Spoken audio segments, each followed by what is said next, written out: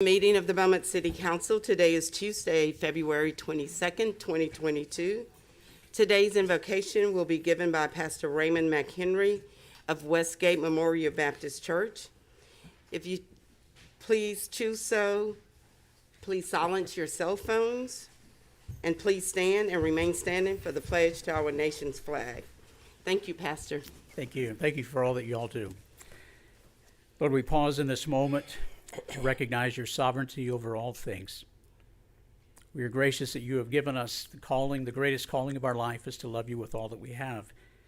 And pray that you would help us to do that.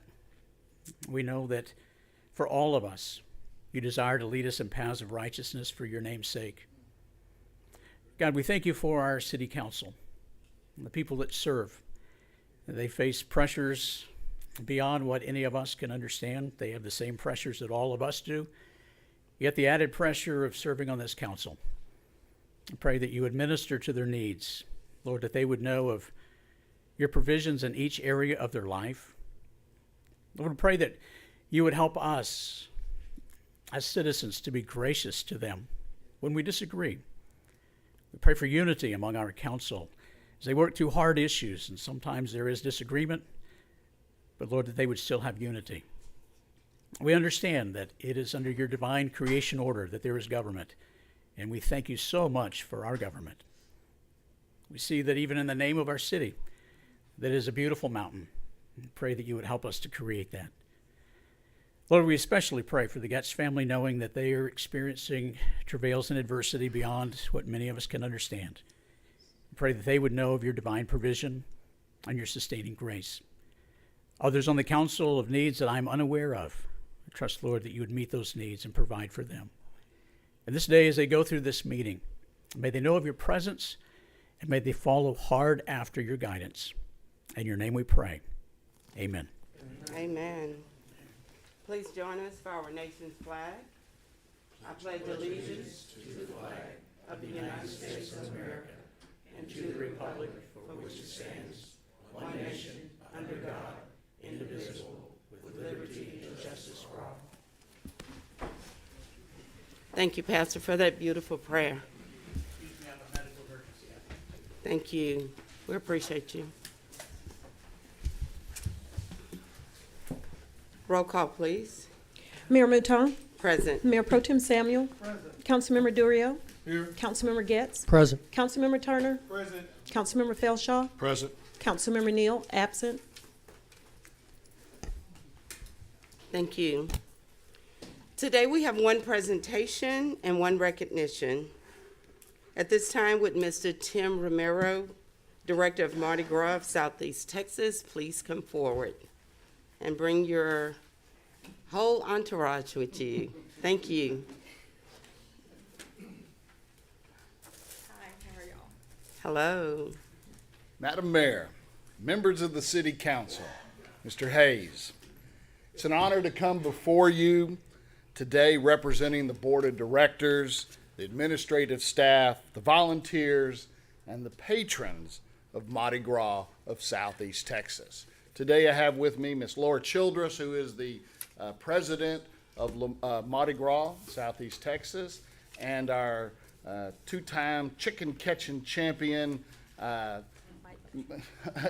White Belcher. And he's going to come into play a little bit later. Some might say that we're just days away from the premier festival in Southeast Texas, Mardi Gras, getting underway. But that would not be true because Mardi Gras really started Saturday night with the majestic crew of Aurora's grand ball held at the Beaumont Civic Center. What a grand evening. The revelers truly represented the entirety of the city of Beaumont and Southeast Texas. I hope if you had a chance to attend that you were able to catch a few beads and kick up your heels a little bit. This may have been one of the best grand balls we have ever had. I mean, it was some magical night, great night. It would not have been possible without the tremendous efforts of the Civic Center staff. And we give a big thank you to all of them for what they did that evening. Now, the magic of that evening continued Sunday afternoon as we brought the floats up from South County to the port. And there was about 24 floats being pulled up the West Port Arthur Road. And we were met at the city lines by the Beaumont Police Department, who gave us an escort in and provided traffic control and made our journey very safe, and we really do appreciate their efforts. We thank the City of Beaumont Police Department as well. Now, we're just 2 days away from the gates opening on the festival, and hard at work right now are members of the Public Works Department, setting up electrical and water hookups. We know that the police department and the fire department are ready in plans to ensure the safety of the patrons attending this weekend, whether they be inside the gates or on the parade route, watching the parade. And I think that's important to note here, that if you don't want to go inside the gates, you don't miss out on the revelry and the pageantry, because you can come out on the streets and catch a ton of beads this Friday, Saturday, and Sunday at Mardi Gras. It's an event for every member of our community. But we do thank those city workers for working so hard and so tirelessly to make this event what we know it's going to be successful. And lastly, none of this would have been possible without the cooperation of the city's event services folks, Emily Wheeler and her staff, which have been an integral part of planning Mardi Gras 2022 since 2020. So they've been at it for quite a while, making sure. This is our 30th year, and the word on the streets is that the folks of Southeast Texas are ready to let their hair down and bon temps rouler, and we want them to do that.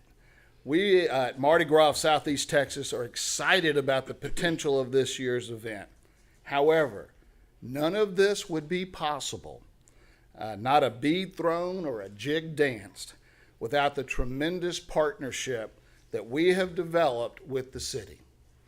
It is because of this partnership we are excited about the next 30 years of Mardi Gras. And we thank you for allowing us to call Beaumont our home. And now, as a side note, I understand, Madam Mayor, that you're going to be doing a little chicken tossing on Thursday afternoon. That's good.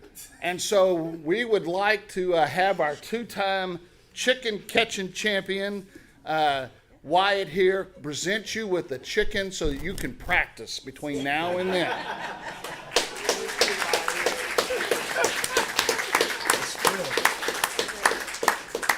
Again, we're excited to be in Beaumont with this year's 2022 Mardi Gras. It's going to be a great event.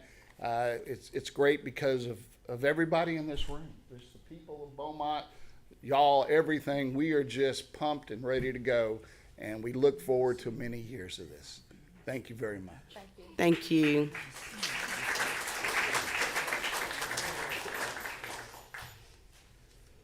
Next, we have a recognition, and it reads as follows. Whereas today we recognize Mr. Calvin Williams Sr., the first Black Beaumont City Councilman. Whereas currently we have an African American mayor and 3 African American city council members who have benefited from this civil rights pioneer. And whereas Calvin Williams Sr. was elected as Beaumont's first Black city councilman in 1970, serving the city for a total of 14 years. Whereas he began his career by teaching government at Beaumont Charlton Pollard High School and later became a principal at French High School. Whereas Councilman Williams' highest achievement was giving a voice to Beaumont's Black community. His voice was heard on numerous projects. He was commended as a reasonable, well-respected, intelligent, articulate councilman and concerned with the welfare of all people of the community. Now therefore, I, Robin Mouton, Mayor of the City of Beaumont, do hereby recognize on this 22nd day of February 2022, Calvin Williams Sr., a trailblazer of Beaumont who exemplifies great leadership and continues to be an inspiration to this community. Accordingly, I have hereunto set my hand and caused the seal of the City of Beaumont to be affixed. Signed, Mayor Robin Mouton, February 22nd, 2022. And receiving this award is his son, Eric Williams. Please come forward.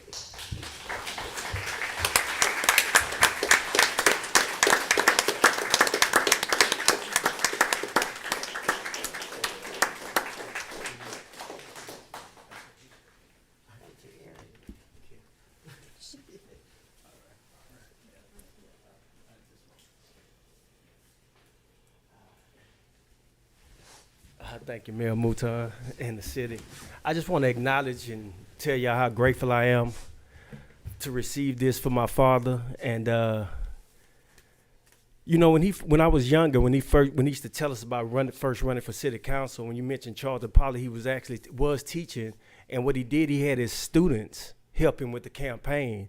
So not only did it give them a firsthand knowledge on how to vote, but it also gave them something that he also told them that if you wanted something, this is what you have to do. Somebody has to pick up the mantle or pick up something and try to get something done.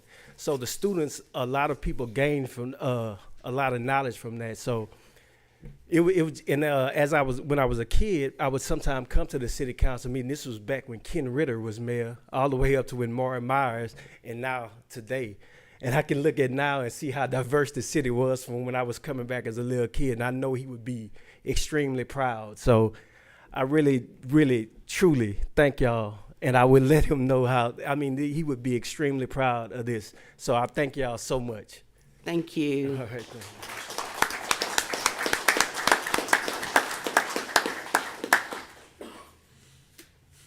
Now's the time for any citizen who wishes to make comment or speak on agenda items 1 through 4. If you have not completed the green form to the back of the room, you may do so at this time. Hand it to the clerk at the front of the room. She will call your name. At the beginning of your 3 minutes, the green light will come on, and at the end of your 3 minutes, the red light will come on, signifying that you're at the end of your 3 minutes. Ashley, and I never can pronounce her name correctly, so I won't try it. 7659 Broadwalk, Lumberton, Texas.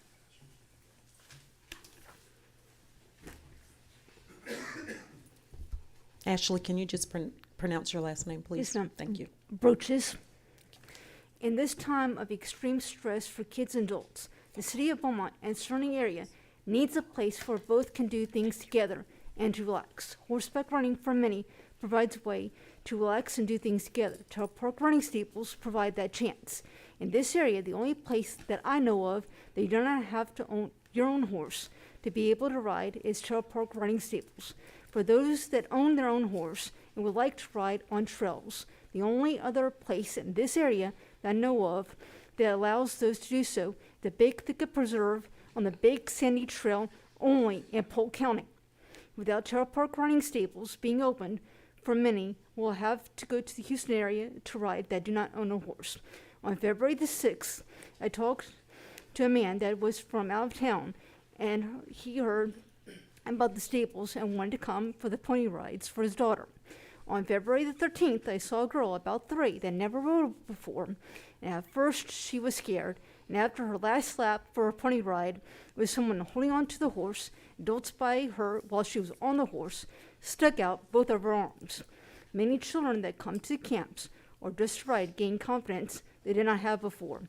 Many kids that attended the camps never want to leave after the camp is over. Many have been asking, when are the camps? Recently, KFDM did a story about the stables for the morning show. Over the years, news stories and articles have been done on stables. The Beaumont Convention and Visitors Bureau made a video about the many things to do at Tyrrell Park That included the riding stables back in 2020.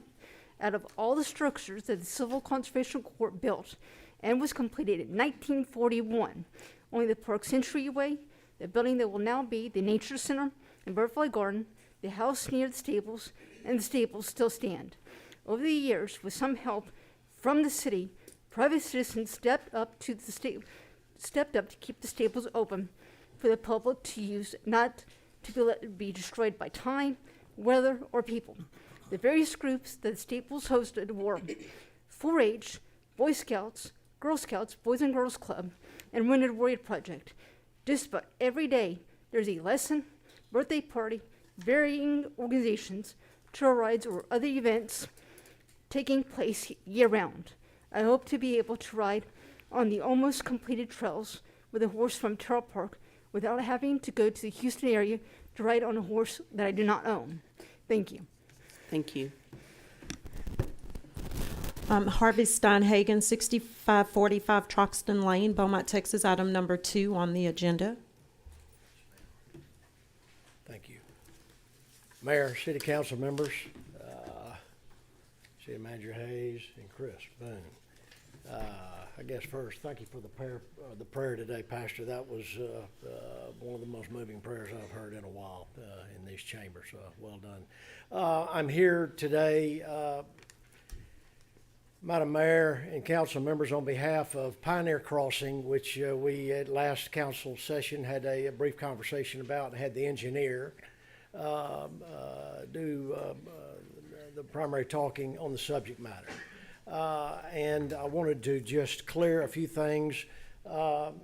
City clerk placed some documents in front of you. I tried to keep it brief, cut it to the point, and that's my primary reason for being here today, is to clarify some logistics and exactly what this project is specifically, in light of the fact that I do own the hard corner at the corner. This is the southeast quadrant of Phelan Boulevard at Major Drive.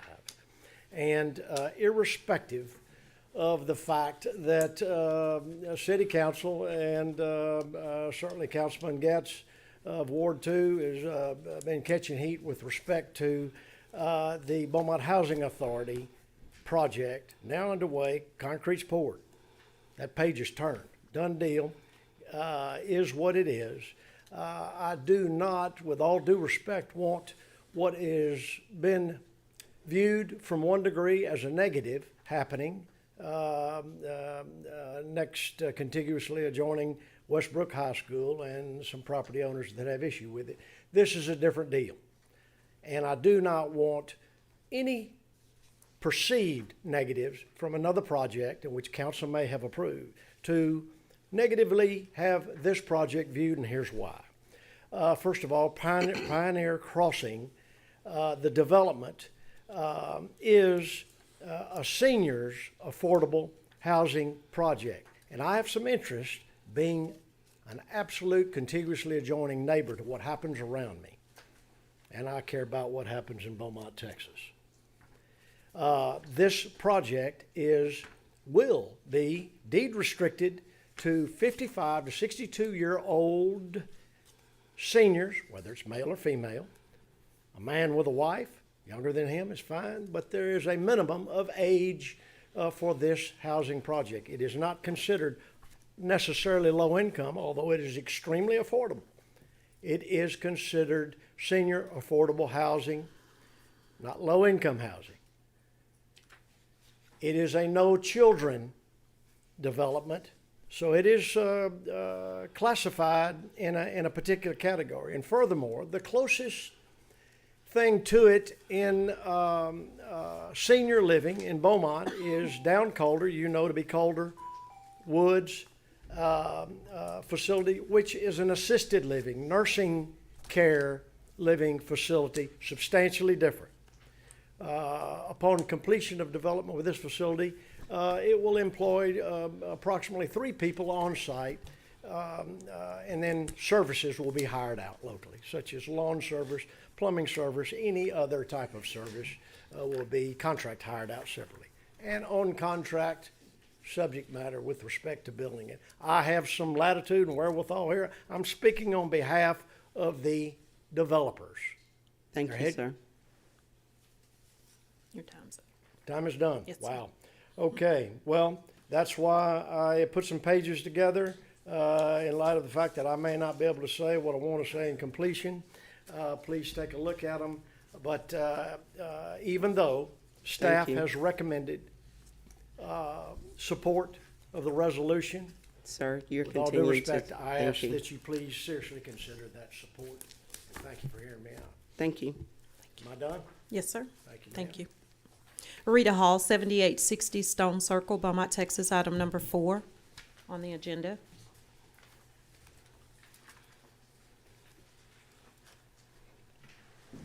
Good afternoon, and it's very nice to be here, and I thank you for letting me have a moment to speak. I'm not from this area. I've only lived here about 20 years, and in that time, I fell in love with Tyrrell Park Stables. My husband mistakenly, 17 years ago, bought me a horse.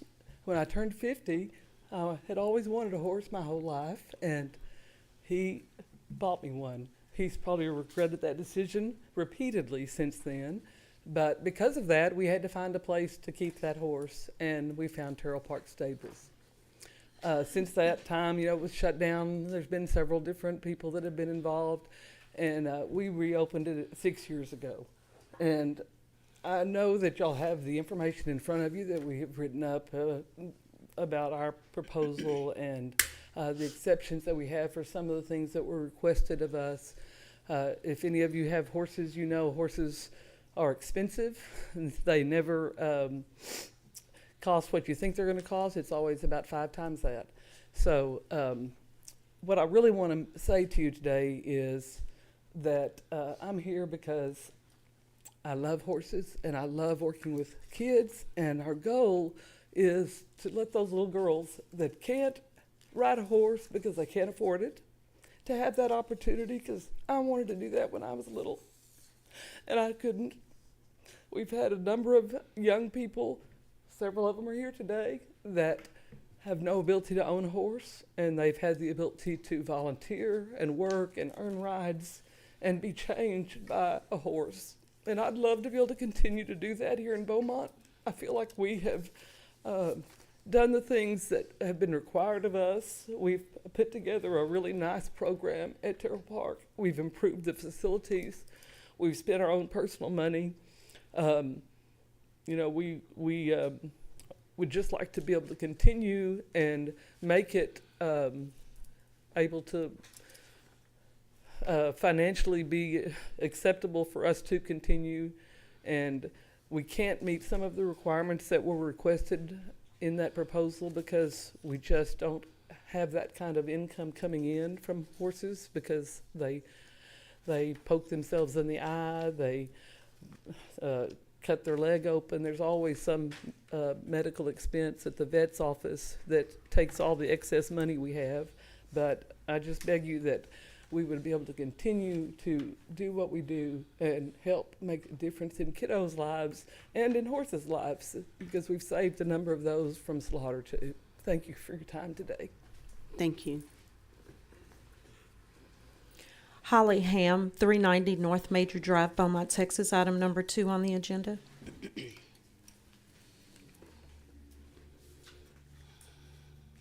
Good afternoon, Mayor, Council. My name's Holly Ham, and I'm a recent resident of Beaumont. We moved here about 6 months ago, and I travel back and forth from Houston a lot.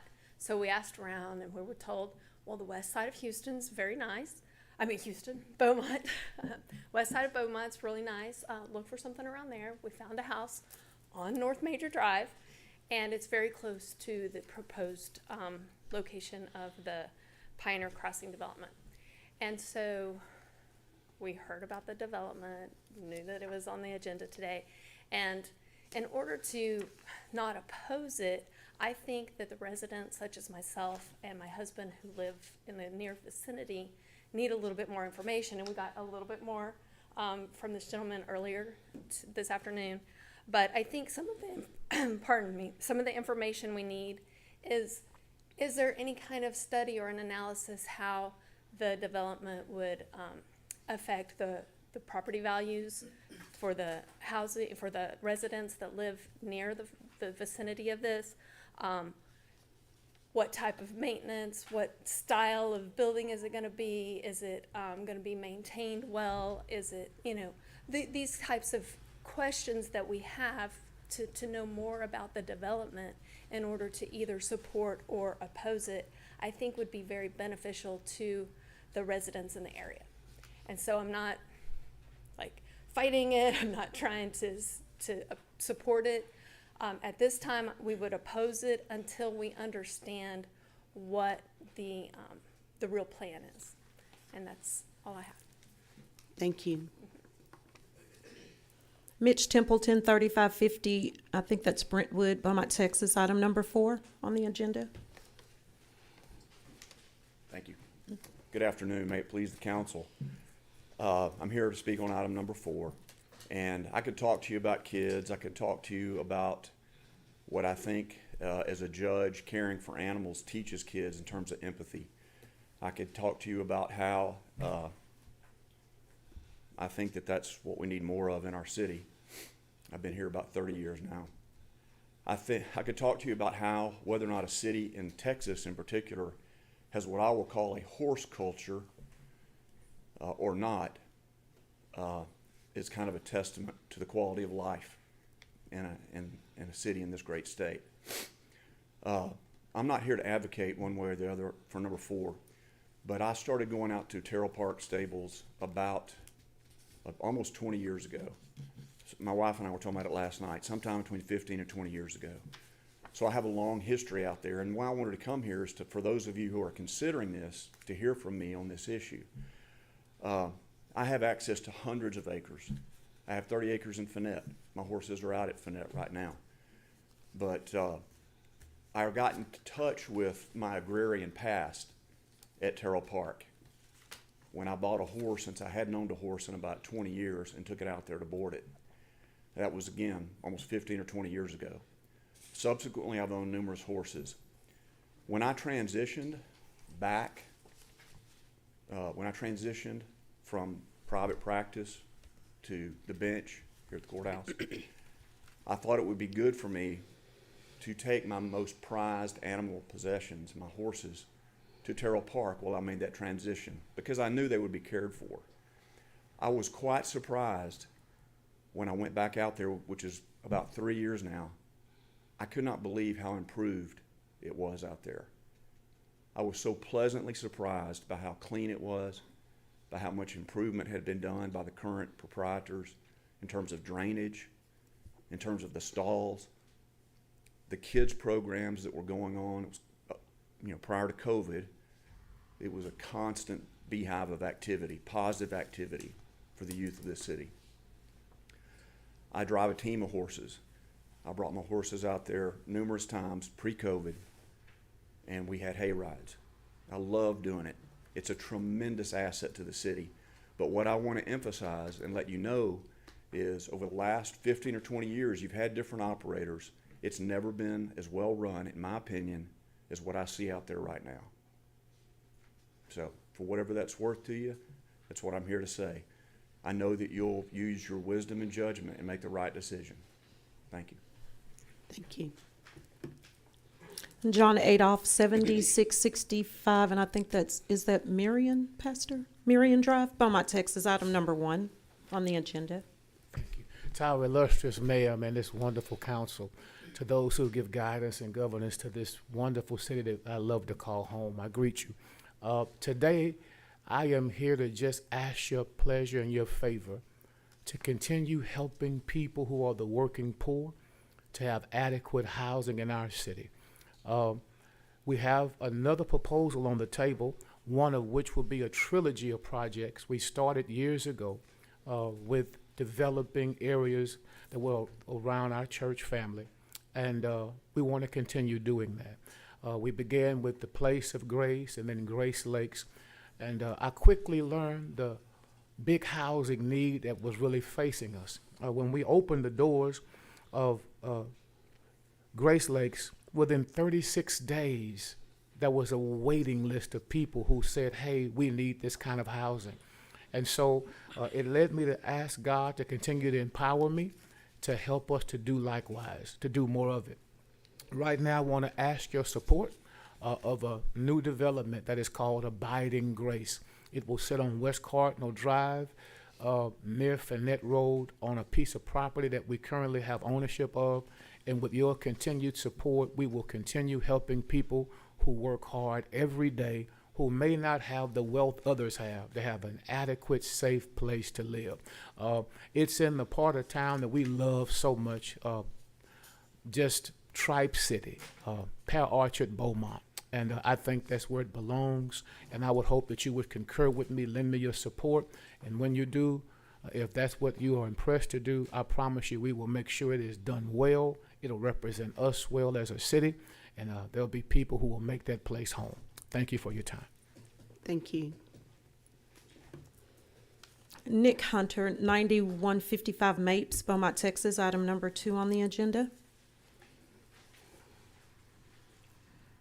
Afternoon, Mayor, Council, staff. I'm here to talk to you about obviously number 2. But hearing Pastor Adolph talk about the development that they are working on really puts everything kind of in perspective. You got one developer that's coming up here and telling us how things are going to be run, and then you have another one that's asking to be a part of the community, expanding upon the community that he's already been a part of. We have enough apartments, we have enough stuff in the West End where you look at that corner where it used to be a convenience store where I'd ride my bike there every day. That convenience store is no longer there. They put these massive convenience stores all throughout the city, and now we have smaller places. We are in food deserts.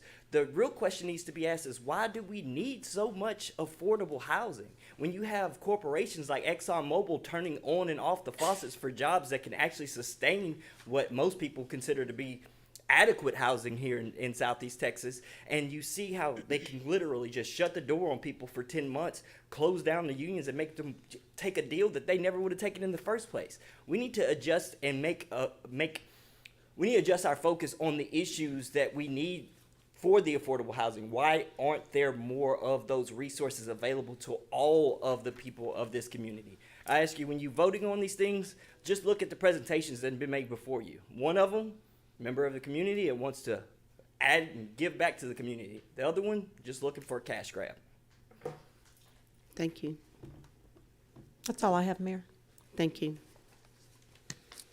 At the close of the city council meeting, the council will hold an executive session to consider matters related to contemplating or pending litigation in accordance with section 551.071 of the Government Code, claim of Ricky Collier and claim of Lynn Rowell on behalf of Beaumont Greenery. Also, I would like to recognize that we have 5 pastors in the audience today. We also have school board members Stacy Lewis Jr. and also Judge Mitch Templeton. Thank you all for joining us today.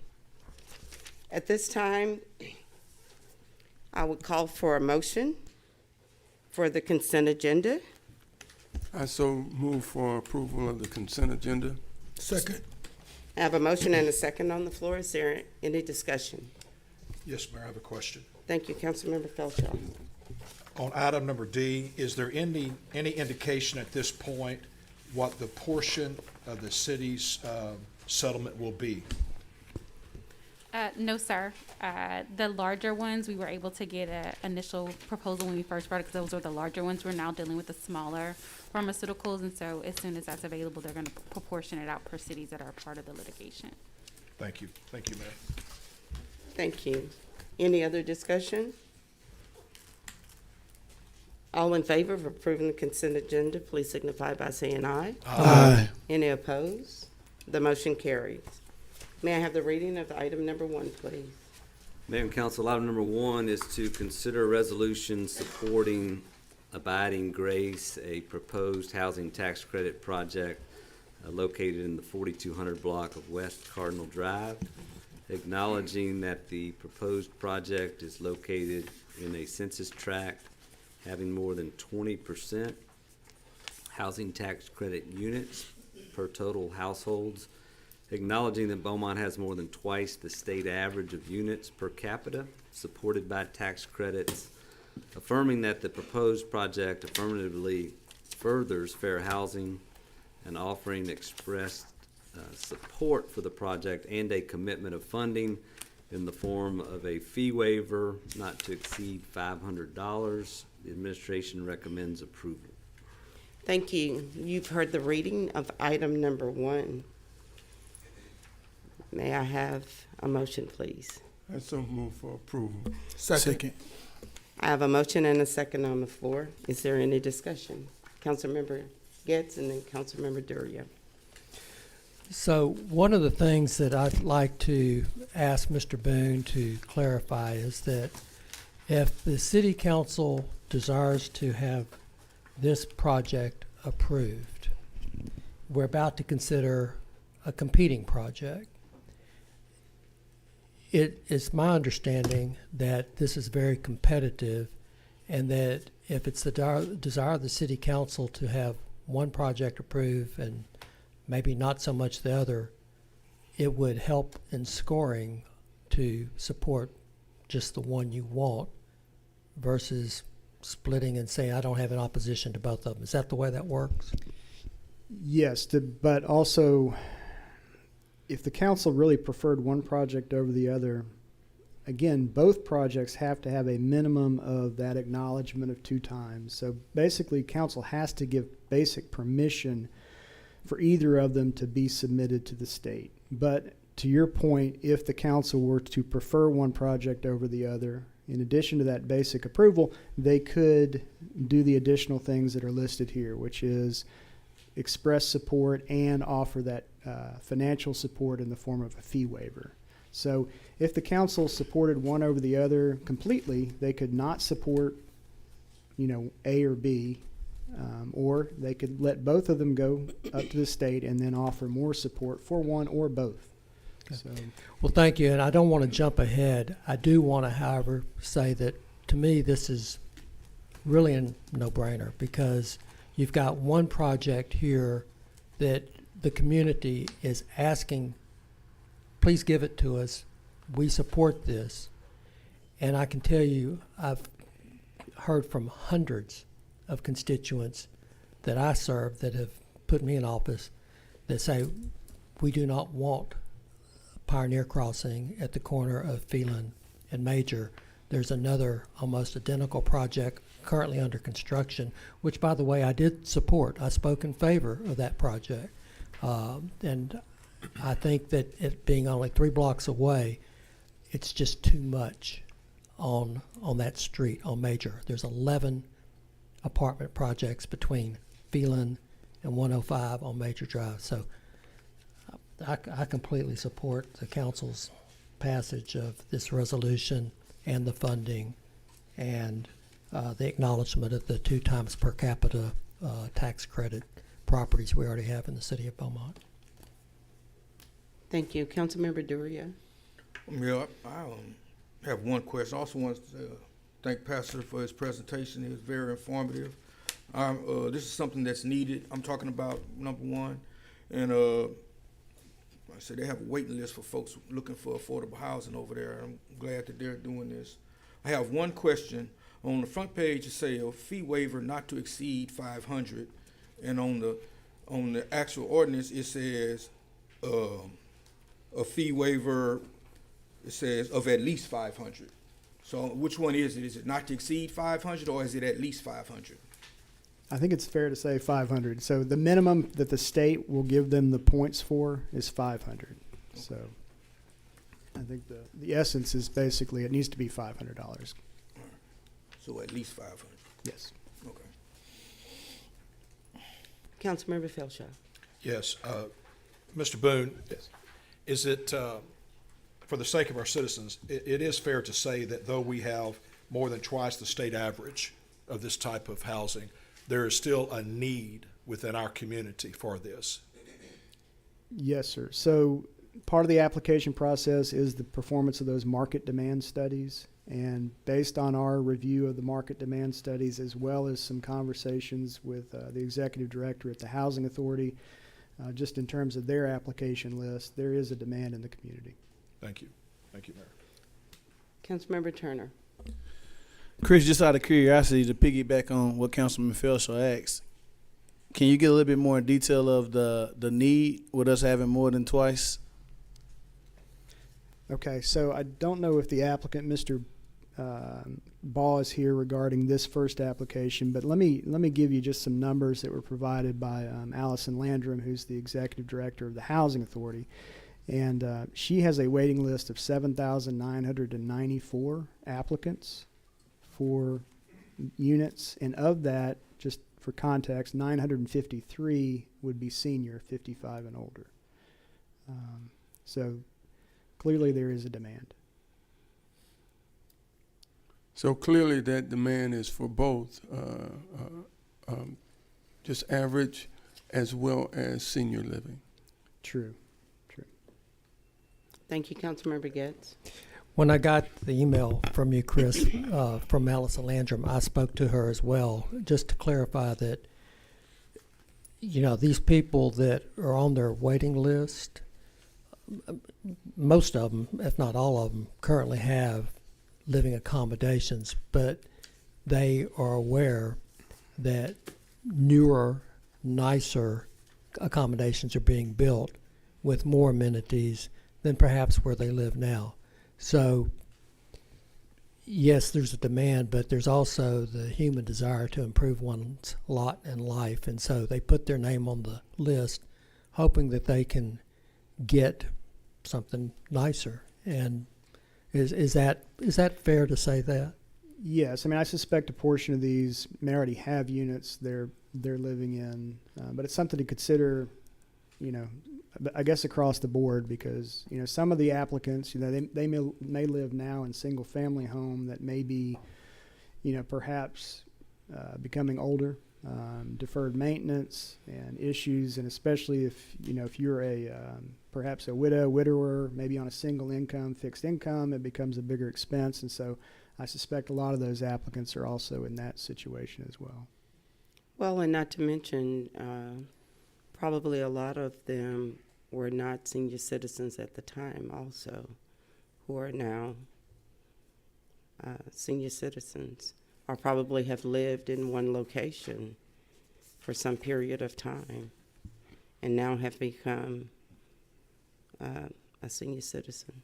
Yes, and these statistics, the senior is considered 55 or older. I wasn't a senior when I came here. Thank you. Thank you.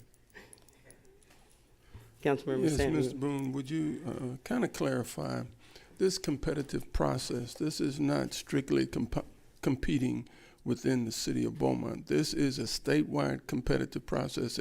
Is that correct? Yes and no. So it is a very competitive process. And again, this is administered at the state level by the Texas Department of Housing and Community Affairs. Okay. It is competitive, but the process is broken down, and different amounts of funding are broken down according to regions. So like we're in Region 5, and there's also an urban versus a rural. And so my understanding is they take a larger pot of funding and then divide it up amongst the regions. And as you can imagine, probably the larger population regions like Houston, Harris County, they may get more money, but we're in Region 5, and so we typically compete against projects, not always, but usually between, say, us and Port Arthur. Sometimes, predominantly it's between us and Port Arthur, those two markets. That's typically who our applicants compete against within those two.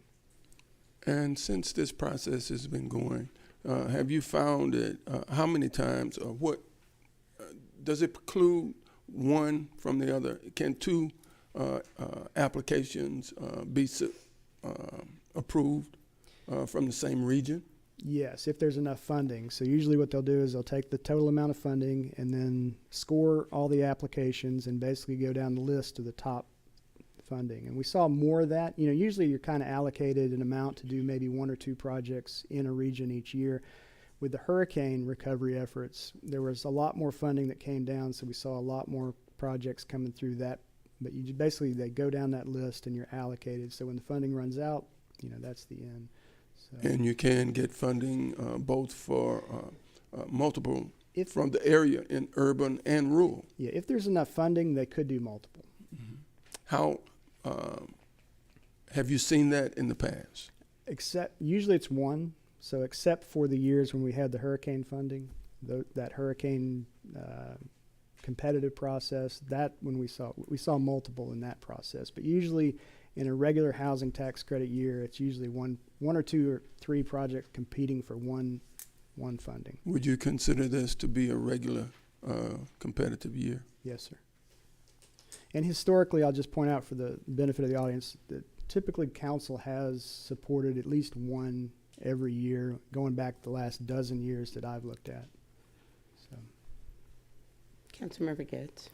So just to kind of boil this down, Chris, we've got two competing projects, and they're going to be tallied up on a point basis and submitted to the Texas Department of Housing and Urban Affairs for consideration. Is that right? the state, the TDH say they do the calculation of the points, yes. And so if the council wants one of these projects and is, kind of on the fence about the other one, as it stands right now,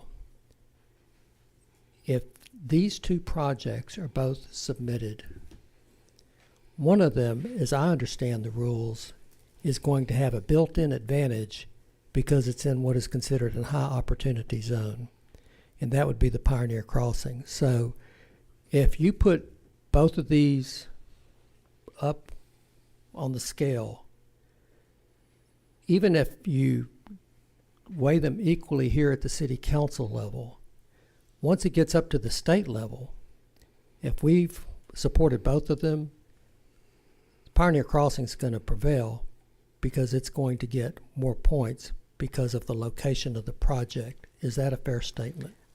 Again, we don't do the calculation of the points. That's done at the state level, and it's done for, with a variety of factors in terms of the size of the units and the amenities provided. But to your point, yes, one of the factors in the calculation is there is additional weight, additional points given when these are placed in what are called high opportunity areas, which tend to be higher income census tracts. So that's why we've seen a lot of these try to, basically propose to be located, along Major Drive, because if you look at the census tract, that's where the state is giving the extra points. So I can't sit here and tell you that, yes, because it's in a high opportunity census tract, it's going to win, but I can tell you that they'll get the extra points because they are in that census tract. Exactly. Mr. Boone, you said that it was 7,000 people on the waiting list? And again, this is just from the Housing Authority, just to kind of give us a sense of, what the demand is out there for affordable. But yes, ma'am, 7,994. That's almost 8,000 people. Yes, ma'am. Mayor? Councilmember Samuel. Yes. I think it's, I'm going to address the elephant that's in the room. Over time, I've learned that, and I understand the competitiveness of tax credits and how and why we've chosen to select which project we tend to allow the tax credits to go to. However, I've also seen over time a different basis of making recommendations to projects that deal with affordable housing, knowing we have a desperate need for affordable housing in our city. And many of the applicants have no difficulty in going into those areas in which there's twice the average. But when it comes to other areas in our city, affordable housing is not welcomed. So I want to make sure that it's clear, my position, I'm selecting one over the other because of the need and the competitiveness of the process. But I am sensitive to where we have a tendency to place affordable housing, which is already in an area that's highly impacted according to the state. So I just ask that we as a council continue to be mindful of when some say, not in my neighborhood, and exactly what that means. Mayor. Thank you, Councilmember Samuel. Councilmember Getz. And I understand what Councilmember Samuel is saying, but I would point out that it's not true that we're saying not in our neighborhood. If it were, I would have taken a position opposing the affordable housing project being built just 2 blocks away from this. Or I would have taken a position opposing the Providence on Major Drive, which is affordable housing also in the west end of Beaumont. What the reality is, and what the citizens are telling me, is that there is such a dense apartment population along Major Drive. There's no place else in the city where you're going to find 11 complexes in a 3.3 mile stretch within one another like you do on Major Drive between Phelan and Highway 105. So what I would rather do is get the BHA project a chance to come online, see how that impacts traffic patterns, see how that impacts the neighborhood.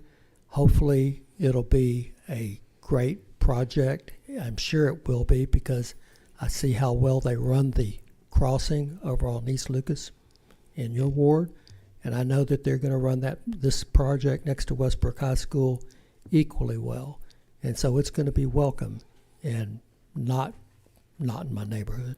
Well, Councilman, I respect that, and I was not insinuating that was the basis of this. I'm speaking from historical perspective, what I've seen happen. Any other discussion? All in favor of approving item number 1, please signify by saying aye. Aye. Any opposed? The motion carried. May I have the reading of item number 2, please? Item number 2 is to consider a resolution supporting Pioneer Crossing for seniors, a proposed housing tax credit project located at the southeast corner of North Major Drive and Phelan Boulevard. Acknowledging that Beaumont has more than twice the state average of housing units per capita, supported by tax credits, and offering express support for the project and a commitment of funding in the form of a fee waiver not to exceed $500. The administration recommends approval.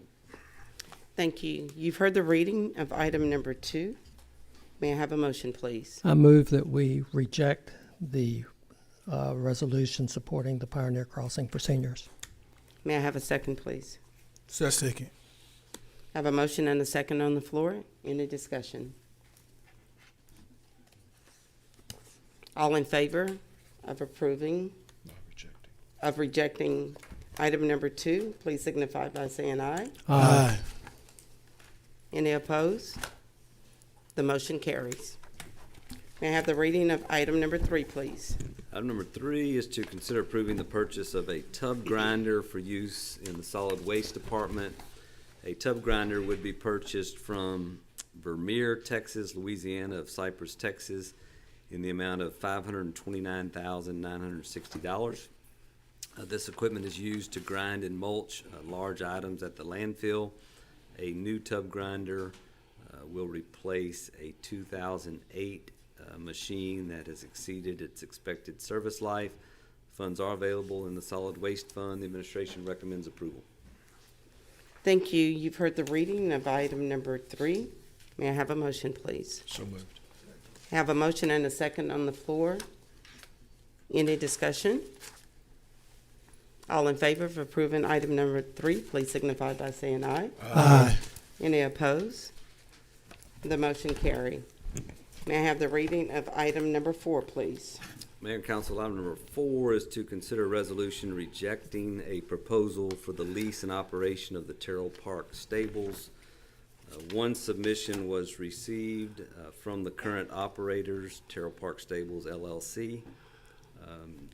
City staff is glad that they have been at Tyrrell Park for 6+ years and that they provide a number of very good recreational and educational programs.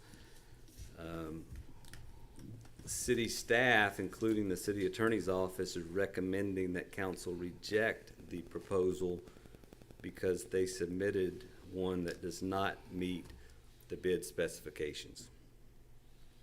And if the city council rejects the bids, city staff hopes to continue doing business with Tyrrell Park Stables with them on a month-to-month basis under the current conditions.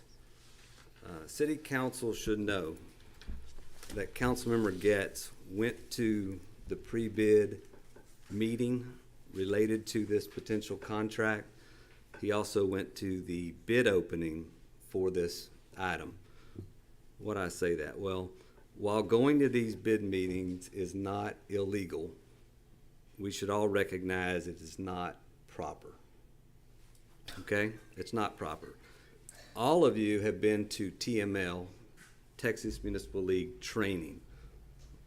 And there's specific training, as you know, for newly elected officials.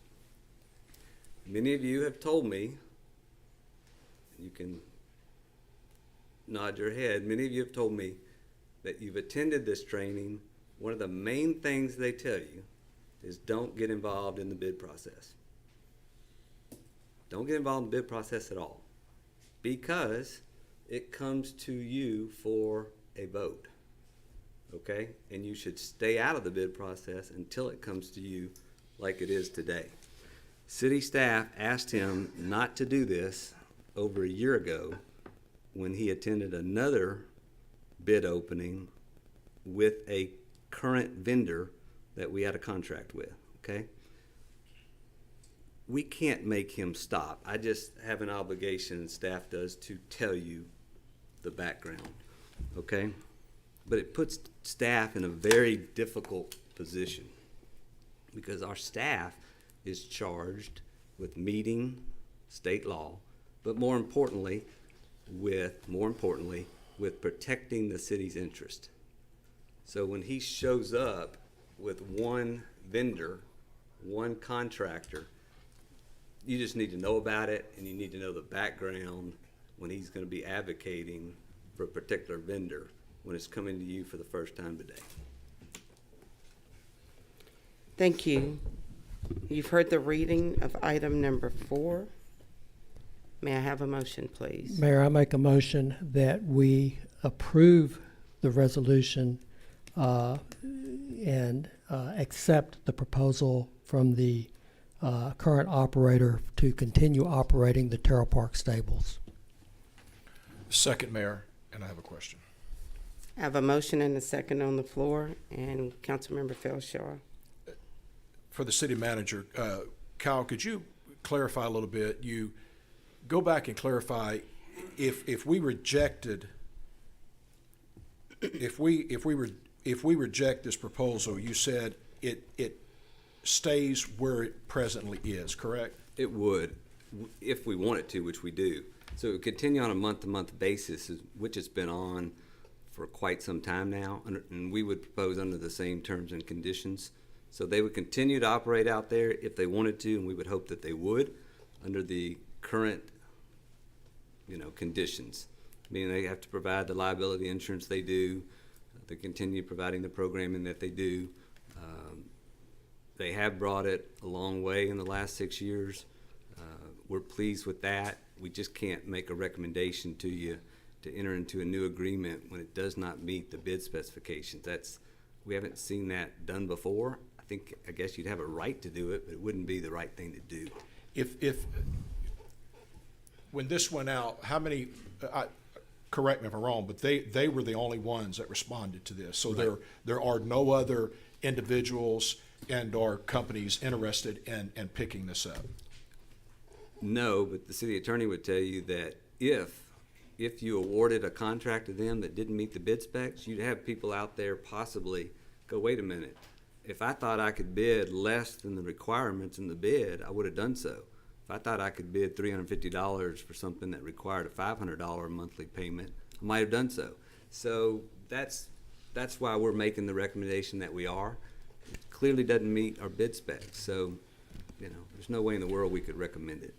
If they choose, if we reject this and if we rejected it then they could drop this arrangement, this relationship they have with the city, then where would we be? They could. It's highly unlikely. They have a lot invested out there, and we're glad they do. And I think the relationship, I'd say for the most part, is pretty good. So we would definitely hope that they stay. And they'd be paying the same amount that they are now. They pay $350 a month to lease the stables. They can make all the money in the world we want them to. We don't take a percentage of their gross. We don't take any of their payments. They pay $350 a month plus utilities. And we would hope that they would continue to do that. If the council wants to go back out for bids at a later date, they can. We're not even recommending that right now. So what's the big difference between what they're doing now and this proposal? What's the biggest difference? Because they submitted a proposal that does not meet bid specifications. That's a big problem. Mayor? Okay, one moment, because I really want the city attorney to give us the legal aspects of what has happened with this bid. Thank you. Okay, so the way it was bidded, we had line items, and Todd can speak more to the line items that were presented, but it said a bid would not be accepted that's less than 500. And when they submitted a bid for less than 500, that's considered a counter. And what happens if we accept a bid that doesn't meet bid specifications? In the past, we would have rejected the bid solely just saying that they didn't meet specifications. But when you do that, what you invite is challenges for other people to say, if I would have known that I could have bid 400 or 300, anything less than the 5, I may have been interested as well. And so when we're rejecting the bid, it's not necessarily that we're rejecting this particular organization. It's just saying that bid does not meet bid specifications. We currently have an ongoing contract with them on a month-to-month basis, and so it would not interrupt, if they chose to continue on a month-to-month basis, the situation. And it's also not saying that if we rebid the specifications that we wouldn't rebid them at a different amount that was maybe more in line with market standards. That's something that we've done in the past when we didn't receive bids that were close to what we thought the work would be. We've rejected all the bids, went back, looked over the numbers, and rebid it in something that we felt like was more in line with the market standards. So this isn't an unusual practice. Mayor? Thank you. I have a question for the city attorney.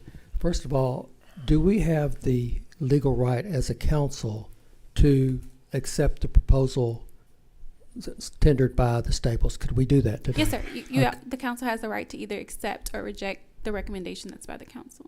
Okay. Before the council. And the other question I have is, what legal liability would the city have if there was some outlier out there that chose not to bid on this, but then we approved the current lessee's proposal? What legal liability would we have? So, but wait a minute, if I'd have known it was only $350, would the city have liability on that? Yes, sir. We would have been essentially violating the bidding practices. We would have accepted a bid because of the way it's worded. If we had worded it differently and said that we would proposals up to 500 or accepting proposals between this particular range, that would have been different. But because we specifically said would not accept bids less than $500, and we accepted a bid less than $500, we essentially had a counter offer that another bidder wasn't privy to. Whenever we respond to bid questions from potential bidders, we respond to everyone as a whole, so all the bidders have the same information, so that there's no illegal bid transactions between the city and a potential vendor. So are you telling us that if we accept their proposal, we are violating state law? I'm saying we could be. If there's, someone could make an allegation that they were not given an opportunity to bid because they were unaware that the city would have entertained additional offer based upon the bid, the way the bid was worded. So we possibly could have someone who, it's my understanding that there were only one other person at the bid. And not to say that that person's interested in taking over the stables, but say someone from out of town saw it and said, hey, I would have bid on it had I known that the city would entertain that. Well, there's always the opportunity for someone to say, if I would have known, I could have bid. And so that's what we're accepting, and that's why we made a cautious decision to say that the bid should be rejected based on the fact of them not meeting bid specifications. Again, not to say that we were rejecting them. Okay. Mayor, I had prepared a little clip that gave to Tina that's from Channel 6 that they did a video. I think it would be helpful if we could play that so we could see, it's very short, listen a minute, what kind of program they run at the stables. Would that be acceptable before we continue deliberation on this? Well, I have a concern. One moment. Let's do the other discussions. Councilmember Samuel and then Councilmember Turner. We're dealing with a practice, a common practice of the city in our bid process.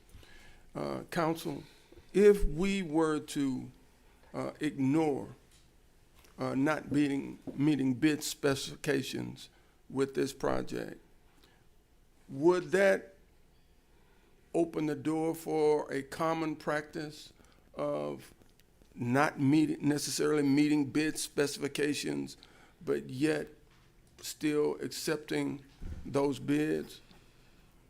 So what you would happen is in situations where we have, again, requested a minimum bid of, we would have essentially set the practice that we could or would entertain counters. So in other, not necessarily in this situation, but in bidding for water, other services and contract services where we've set a minimum bid amount and someone bid less, where in the past we have rejected them, we're now setting the precedent that we may consider that.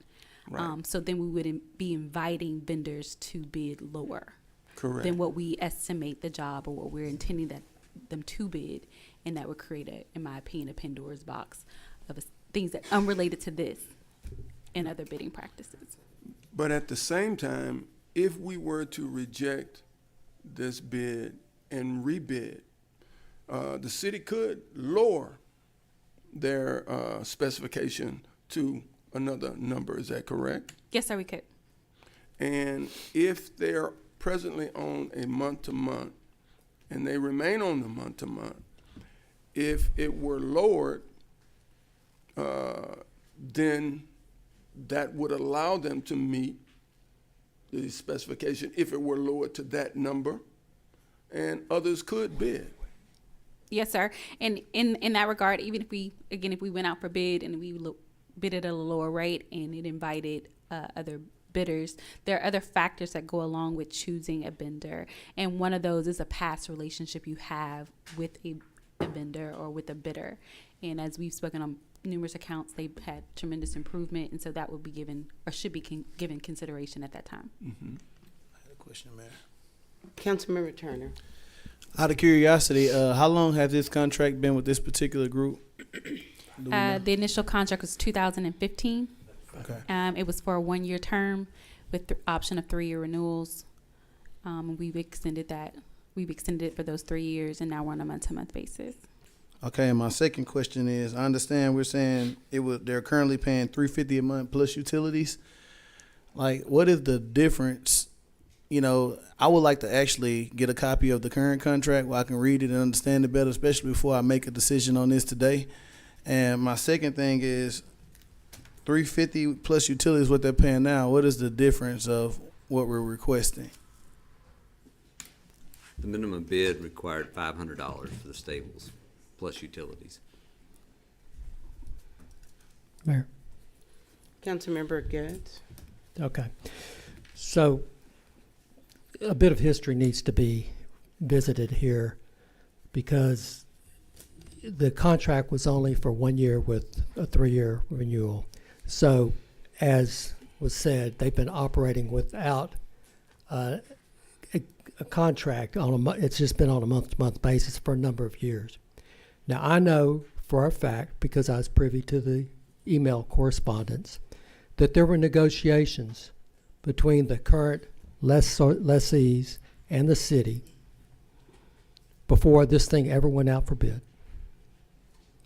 I know that the halls offered to lease the stables, and they also want to lease the park ranger house. They want to sell their current home, move into the park ranger house, which is largely going unused right now. It's right there adjacent to the stables, and live there, which would give the city people living on site at Tyrrell Park. Why is that important? Because we know that people have broken into Tyrrell Park before and torn up the park with ATVs, and it would be helpful, very helpful, to have people living on site that if they see something, they could call the police and have them out there. That would be an asset to the city, and it's something that they want to do. And they've already said, we're willing to pay the $500 a month for the ranger house. On the other side of the equation is how much you're going to pay for the stables. The city's minimum bid was $500.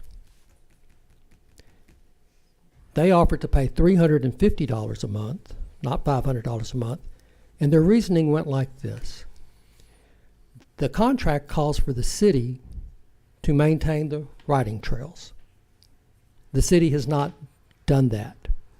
Now, more recently, the city has taken a more aggressive approach to getting the trails fixed. But every day that those riding trails are not finished, it's costing the halls money because those are trail rides they cannot do. Okay, so they offered, look, we'll pay you the $350 a month to rent the stables as we have been all along. And as soon as the trails are finished, we'll jump that up to $500 because we'll be able to make more money. This is not a big money-making project for the halls. In fact, they're upside down on this. It is costing them money. They're doing it because, as Ms. Hall stated, they love horses, they love children, and they want to serve the community. If it was a big money-making project, you'd have had other people bid on this.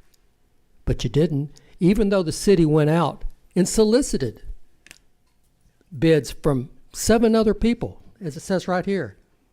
It says they were solicited from 8 vendors were solicited.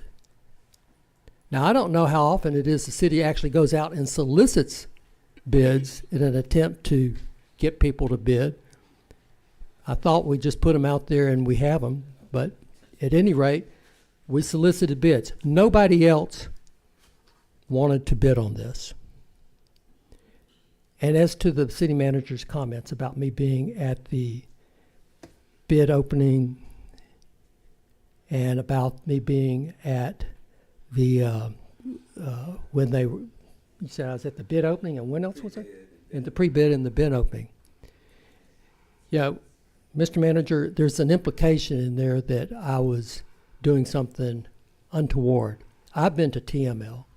I've never been told that I can't go anywhere in this city on a public property, which is what this was.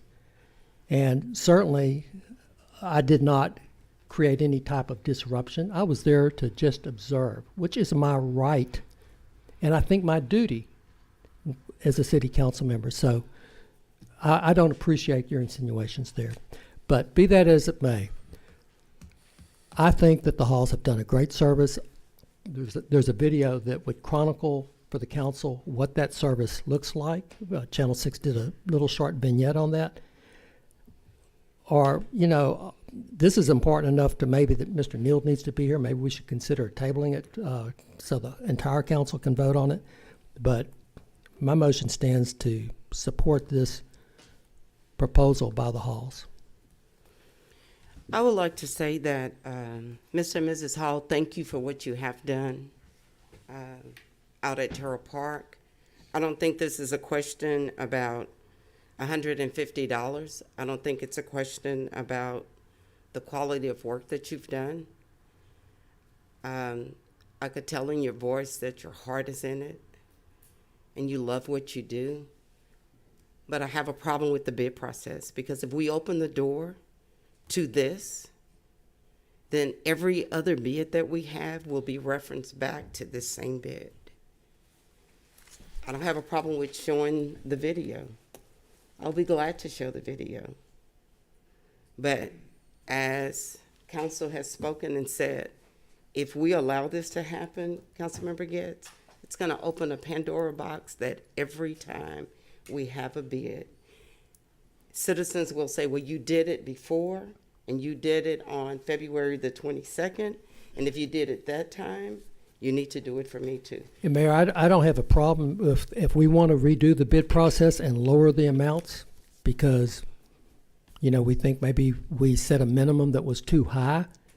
And we do that sometimes because we go out for, like building projects. We've got an engineer's estimate, and we have a motion before us to reject all of them because they came in too high.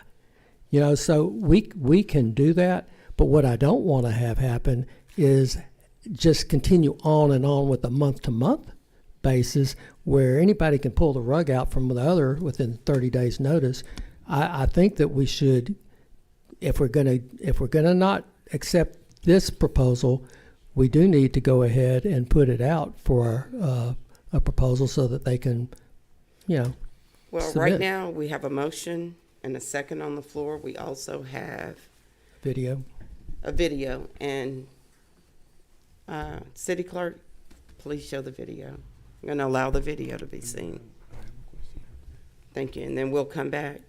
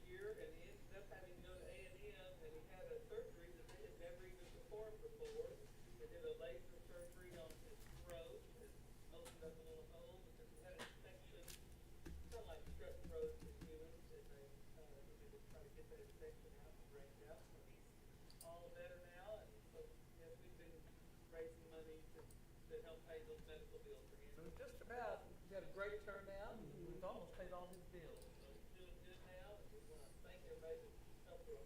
And so they have a variety of horses here, even some that they rescue. We can take a look over here, and here's one of their rescue horses. So this is Major, he's been with us since we've opened, it's taken about 6 years. He was a horse that was in a kill pen. He was a registered quarter horse, he came from, Canada, and he's been one of our last horses.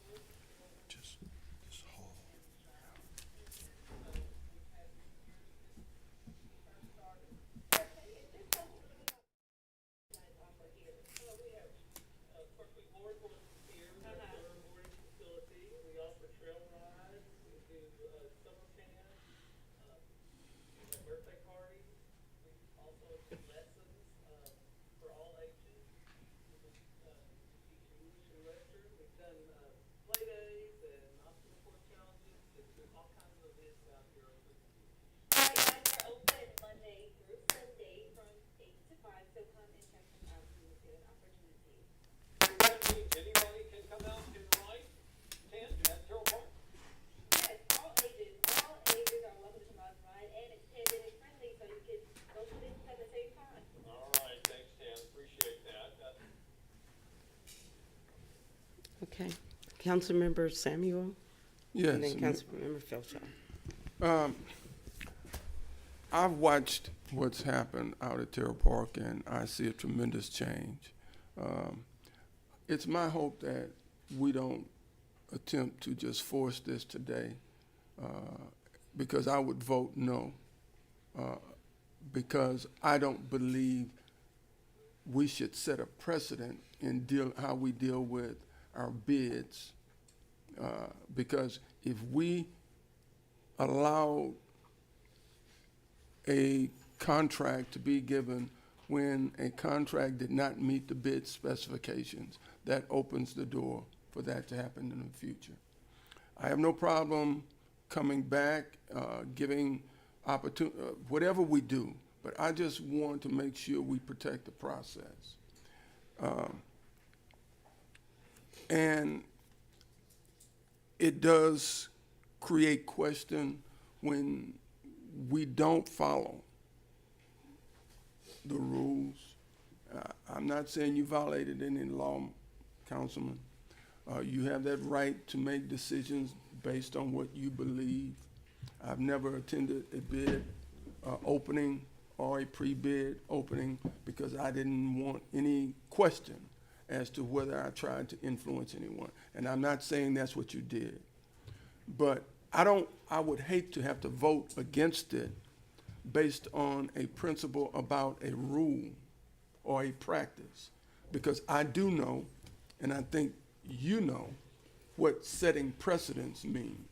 And that would set a precedent that would not be good for our bid process from this point on into the future. That's just me personally. Thank you. Councilmember Felsham. I believe that we all agree that, I'm assuming, that the Halls would like to continue in this relationship at the stables with the city of Beaumont. I doubt very seriously if there's much of a profit margin for them in this. They do this because they care about the young people and the community. They care about what they're doing, and we appreciate that so much. They're the kind of people we want to be in a relationship with. I believe that City Hall would like for them to continue. I believe there's a consensus on this council to continue in this relationship. I think we're all frustrated because of the protocol that we have to follow, and I don't want to bring exposure to the council or to the city in regards to legalities, as Councilman Samuel just said, but I would love to resolve this today. So let me just ask the million-dollar question. To the city manager and the city attorney, there is no remedy for us today through an amendment or anything to resolve this where we can do this without breaking protocol and yet maintain this relationship with the Halls and not have to go back through the whole bidding process again. There is no remedy here in this moment. The management team has never seen the council take a counter offer on a bid and approve it, number one. Number two, they didn't meet the bid specifications in a number of different areas, not just one, a number of different areas. So if Councilmember Getz were to say, look, let's approve a contract with them anyway, he'd have to spell out what parts of their proposal that did not meet specs are you advocating for? What parts do you want us to go draft a contract with? Because there's a lot of them. We could walk through those. So there's a myriad of problems that this is what we do. We've seen it many. I mean, we do this all the time. You made a comment, why would we go solicit other bidders? We do that on everything we go out for. That's what purchasing does. Don't you want us to do that? When you're talking about taxpayers' money, you have an obligation to reach out to as many people that are interested as you can. That's what the purchasing division, part of what they do. There were so many statements I could counter right now. I'm not going to go there unless you want to, but no, and I agree. We don't want to bring exposure to the city. I agree with that. We don't want to do that. We want to follow the process as we always do. But because there was no one else that bidded on this, because they would like to continue, we'd like for them to continue. Yeah. I think there's just a frustration here that we're getting caught up in technicalities that I understand we have to follow. I was just hoping maybe there's a remedy here today, but there is no remedy of what you're saying. No, the remedy other than to reject it and then open it back up again. The remedy is continue on a month-to-month basis. With they're them. paying the same thing they're paying now. Okay. It'd be $350 a month plus utilities. Keep the same conditions, same insurance requirements, and so forth, and get on down the road. And then if the council wants to go back out for bids again, we can. But you So can we don't continue. have to go back out for bids. We just did, and it proves that we tried. And So that, we that could meets just. the test. Look, here's the test. When you have a contract that was approved by the city council in 2015, right? We did try to negotiate a new agreement, couldn't get there. If we had reached a draft agreement, I would have brought it to the city council for your consideration. We couldn't get there. No big deal. It happens. We tried. So that's why we went out for bids. But we have an obligation to go out for bids on a regular basis. You don't want to get in a position where you don't go out for bids for 5-10 years. That's not good for the taxpayers. But we've met that obligation at this point. I think we have. The city attorney can correct me. And so we've met that obligation. So we could continue with them on a month-to-month basis, as it is now. For a while, yeah. Okay. But One moment. Councilmember Duria, and then Councilmember Getz. Manager, if we vote for this resolution to reject the proposal, seeing that they were the only one that bid it, would you still be able to, and they go to that month-to-month, with paying what they're already paying, would we still be able to be negotiating with them to possibly get a new contract while they're on the month-to-month, since they're the only one that bidded on it? Yes, you can. Like the manager said, we go out to bid to get the best value for the citizens, but they're providing what essentially could be deemed, services, and we already have an existing agreement with them. We attempted, as the manager mentioned, to renegotiate a contract. We were unsuccessful. So the next step to meet our obligation to taxpayers were to put it out for bid. But if the council's happy and they want to remain under their existing contract with these individuals, the next step would be to try to negotiate a contract that's more favorable to the city so that we're not in a month-to-month basis. Councilman Turner requested a copy that was attached to the resolution in 2015. I have a copy for the entire council if that's available. It does allow for a month-to-month tenancy, which is what we're in now. And so we can do that until we're able to reach another agreement, or if council so wishes, we can go out for bid. One other question, on the trails, where are we on the completion of the horse trails? Well, a statement was made that. Or is that, was that part of the contract? No, no. And, Councilmember Getz said it hindered their gross revenue. He brought it up, not me. Their gross revenue for the past 2 years was $326,000, okay? $326,000. 2 years now? Yeah, that's 2 years. That's what I said. 2 years, $326,000. That was their gross revenue according to them. We don't take a percentage of that. We hope they make all the money, and they are successful. We want them to be successful. So, back to the trails. When they went out there in 2015, I don't believe those trails were done at that time. They knew going in, those trails weren't what I'd call complete. Councilmember Getz has tried for many years to get funding to do the trails. It hasn't, and that'd be great, but it's very, very expensive. So he's never got more than 2 or 3 votes. I don't think he's ever gotten 2 votes to move that project forward. Y'all looked at it because it was part of, he brought it up during the budget process, capital program. He couldn't get the 2 or 3 votes. It wasn't staff's fault. Again, it's very expensive, but he tried a number of times, and it didn't reach a priority level by the council because it competes with street and drainage projects that the council thought had a higher priority. That's just the facts of the matter. So that's why the city didn't move forward. We've done it piecemeal with materials left over from certain projects, and our parks department has made a lot of progress, I'd say over the last year especially, improving the trails. But it's you'd have to sit down and really map out from where to where are you trying to go and what width are you trying to go? Is it a 2 mile trail? Is it a 4 mile trail? What is it? And those have never been spelled out by the council member, and it just never moved forward. That's just the facts. Okay.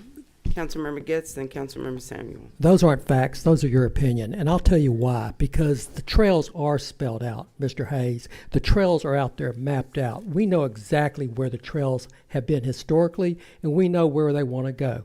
And you're talking about it being expensive. What we've been doing, and successfully I might add, is we've been taking the millings from when we have redone a street, and we have brought that out there, and we have spread it with city staff using a bobcat, and it's gone well. Now, the problem is that we did not continue on because we did not dedicate city staff to finishing it. It's taken a long time to get to the point where they are now.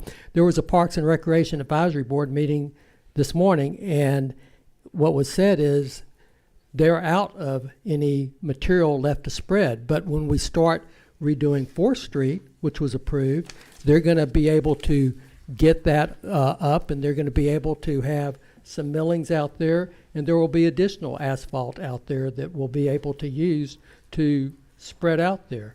So we know where the trails are, and we know what the process is. The procedure that we have here today that we're struggling with is because of the city's desire to force the halls into a minimum amount of a contract. The negotiations by the halls, before there was a request for proposal ever sent out, there was a $300 difference. The halls proposed to lease the ranger shed for $350 and the stables for $350. The city said, no, we want $1,000. If the halls at that time had said, okay, we agree to pay $1,000, we wouldn't even be here today. This contract would have been done. Yes, and you would, because you would have had to approve and we would consider have the been contract. we would have been approving a contract, but it wouldn't have gone out for a request for proposal. True. We would have. We would have brought it to you for approval. You would have brought it to us for approval. So what I'm hearing is that we're going to go ahead and try to put it back on a month-to-month basis. The only problem I have with that is it doesn't include the Ranger House in the month-to-month contract that we're going to be continuing on. The halls have expressed a desire to want to occupy that building, sell their house, and to move on to the park. And I think that would offer advantages to the city.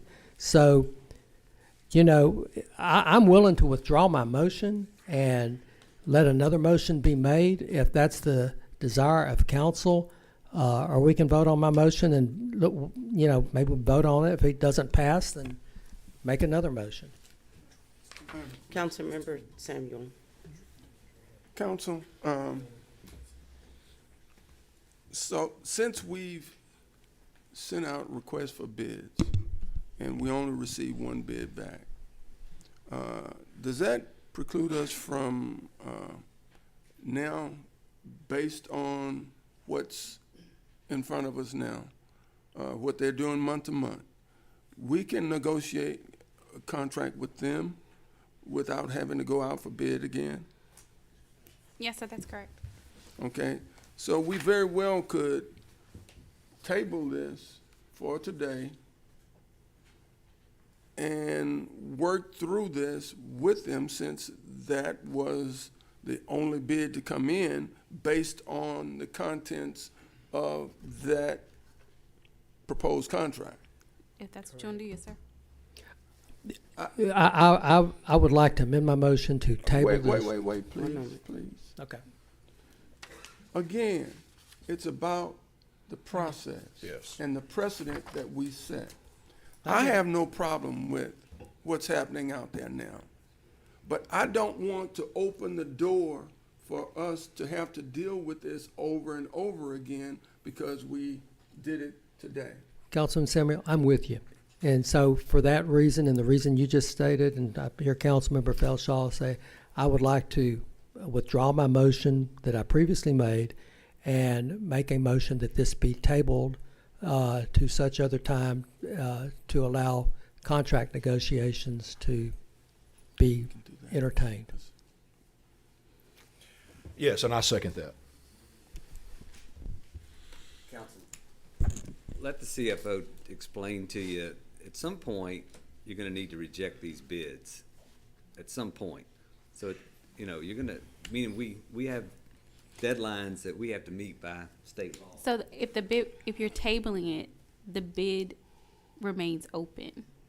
So by rejecting it, you allow the city to either move forward with either our month-to-month lease and negotiations, or do nothing, whatever the will of the council is. But it's my understanding that you guys, there's a consensus for us to try to enter into a lease agreement with the halls. We need to reject it. It just closes it. You have So we're back to there's no remedy for today, Yes, there is. other than rejecting it, and then we empower the staff to move forward with negotiating with the halls, a new contract, so we can continue with this Yeah, relationship. but that's what he was saying. If you want to table it, at some point we're going to We're come go- back. we'll be and right ask- back where we and are ask you today.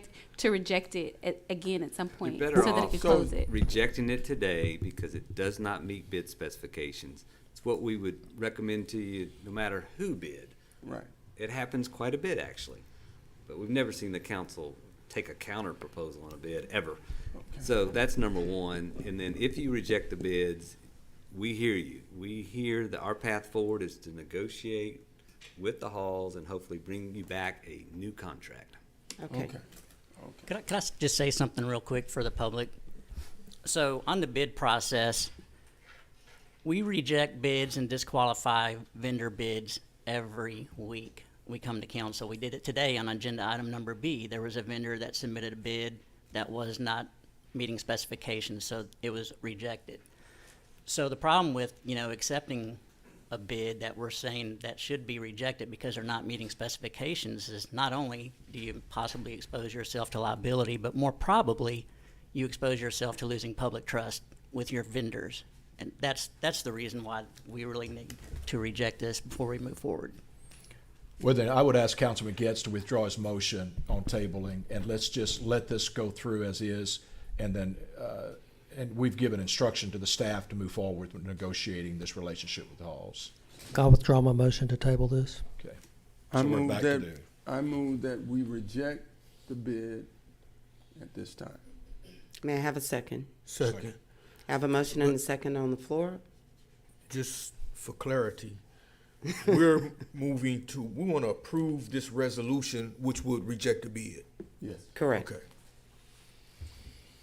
All in favor of rejecting the bid, please signify by saying aye. Aye. Any opposed? No. We have one opposed. The motion carries. And may I ask the question? Yes. And staff does have the understanding of the direction this council would like to go at this point. Think so. Well, just so we don't get out of here and someone goes on Facebook and paints another picture, staff is not recommending, it was an optional bid on the Ranger House. We are not recommending that someone live in that house. I'm pretty sure, and they can correct me, I'm pretty sure someone lives in the stables right now. And we don't, look, it's not in the contract and we're not looking for a fight and we've known about it for years. And you could argue it's good to have someone out there, but there's someone living in the stables, I think, right now. So, is it good for the taxpayer for someone to pay $350 a month for us to fix up that house? We don't think so. So we're not gonna come back and recommend that someone live in that Ranger house. We've gone through that over the last 20-plus years. We've had a lot of issues for a number of different reasons. So I wanted to be clear, we'll come back with a contract, hopefully, for basically the same level of services and the same pretty much structure that's out there right now. That's what I'm hearing, and that's what we would recommend to you.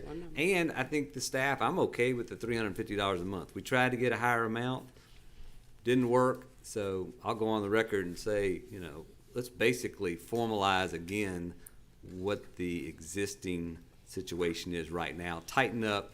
I think the city should paint the fence and be responsible for that. If a horse goes through the damages, you fix it like you do now. But I think we ought to paint the fence. And that's something that I think it was spelled out that they would do that. We talked about this morning, something we should do. So we're going to continue to work together. We want them out there, and we'll make it work. Mayor, Thank you. Councilmember Gibbs. before we remove ourselves from this subject, we need to give direction to staff, I think, as to whether or not there is a consensus on council as to whether or not we feel collectively that it is okay and in the best interest of the citizens of Beaumont to have that house occupied by tenants. And what I'm not understanding is that apparently it was okay with the city administration to allow the Halls to live in that house before this request for proposal ever went out there, because there had been a tacit understanding made by the city with the Halls that, hey, if you pay us $500 a month for the house and $500 a month for the stables, we will enter into a contract subject to council approval. And there was no problem. Now I'm hearing that the city administration has a problem with somebody living in that house. That house is not being utilized for anything other than occasional meetings by the park department. So I would like to have conversation by the council whether or not that is something that we want to talk about. I'm not certain that's posted, that would be an item, that would be, I'm not wanting to get into that right now, but was that a part of the bid? Yes, it was. The house? Yes. It was. Yeah, it was posted. But they did. Yeah. They Okay, did take exception to the $1,500 deposit and the maintenance on the house. Okay, so- but that's something that, if that was a part of the initial bid, that's something that needs to be talked about in the contract. Yeah, and it- dealing. Yeah. But see, that's my point. But I understand, but today, we had to reject the bid to move forward with the further negotiations. And I just wanted to make sure they understood, staff understands what this council wants to do. But we don't. I don't, because I don't understand what this council wants to do with regard to the house. It's my understanding that you want to renegotiate the lease, and what, if I'm gonna head that project up, what I'll do is I'll take the bid specifications, I'll contact the Halls or whoever they have as their representation, and we will go through to see, where the city stands on some of these issues as it relates to that and where they stand, and we'll present a draft. I'll present a draft contract to Kyle. We'll put that. And you will before present council. it to council. We'll put that before council. And if part of what the Halls want to do is to lease the house, that will be part of your proposal? And we'll make that recommendation based on where we feel like Okay, it falls by that's fair fine. market And value. in the meantime, it's on a month-to-month, as is. Yes, sir, that's correct. Okay. Okay. Done. Now's the time for any citizen who would like to speak on the public comment. If you haven't already done so, please fill out a green slip to the back of the room, hand it to the clerk to the front of the room. She will call your name when it's time for you to come to the podium and speak. Also, the green light will come on when it's time for you to speak, and the red light will come on when your 3 minutes are up. Thank you. Jeremy Pavlich, 695 Chamberlain Drive, Beaumont, Texas.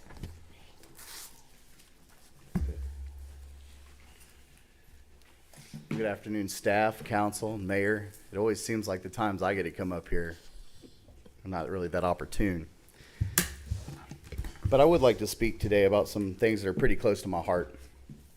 My grandmother, probably the most prominent woman figure in my life, lived in an assisted living community, affordable housing for old folks, in Conroe. She had her own little spot in Lake Livingston. We had a lot of great memories up there. Loved going up there during the summer. I'd walk through the woods all day, and then sometimes at night, come home dirty. But when it got to be where she was a little too old to mow her grass and it was a little too hard for everybody to go over there and visit her, we all had to make a family decision on getting her someplace where she could still have her liberty and enjoy life. My grandmother's 95 years old right now. She moved into that facility when she was about 65. She doesn't live there now because the last 2 years my aunt got to a spot where she could move her into her home. And she's got such a pretty smile, and she's just happy to be a part of this world. So I really love these affordable housing for the seniors. I mean, that's something that speaks to me. We have a uncle right now who's getting older. He's 85, and he's having to give it up, and that's a tough position. So I don't want what I have to say today come off like I'm against housing. I don't care what side of town it is. Everybody needs a shot. There's not a West End Beaumont person. There's not East End. There's just Beaumont people. You know, a good friend used to say that's another beautiful day in Beaumont, Texas. It always is. It depends on how you wake up out of bed. My issue is this. The current motto with the new current administration is to build back better. We need to be asking ourselves, are we building better? When we get these kind of credits, when we get this kind of grants that are coming to us for us to invest in our area, we need to make sure that we are investing in our area. Not just giving these contracts to some fly-by-night contractor that comes in from east of us, where they pay people substandard wages, where they misclassify their workers in a very illegal fashion, mind you, calling them independent contractors when they show up when they're supposed to and they get paid what they just don't qualify as independent contractors, and I don't have the time here to go through what all that is. I just urge y'all to consider, if we are going to invest in our people in our area down here, let's make sure we give good local contractors a leg up in this. Because when you use good contractors who utilize apprenticeship programs, who put into the health and welfare of their workers, that money is spent right back here in Beaumont, Texas, in the West End, the South End, the Pear Orchard, the North End, all over town. That money gets to be spent right here when we have a nice event at the Civic Center. People can afford to come out here to Mardi Gras and have a great time, which I plan on doing. I think y'all do an amazing job with Mardi Gras. I look forward to it. We've been here a long time today, but let's do better. Let's build back better. And let's give the local people a shot. Thanks for y'all's time. Thank you. Louis Vaughn, 9615 Mapes, Beaumont, Texas.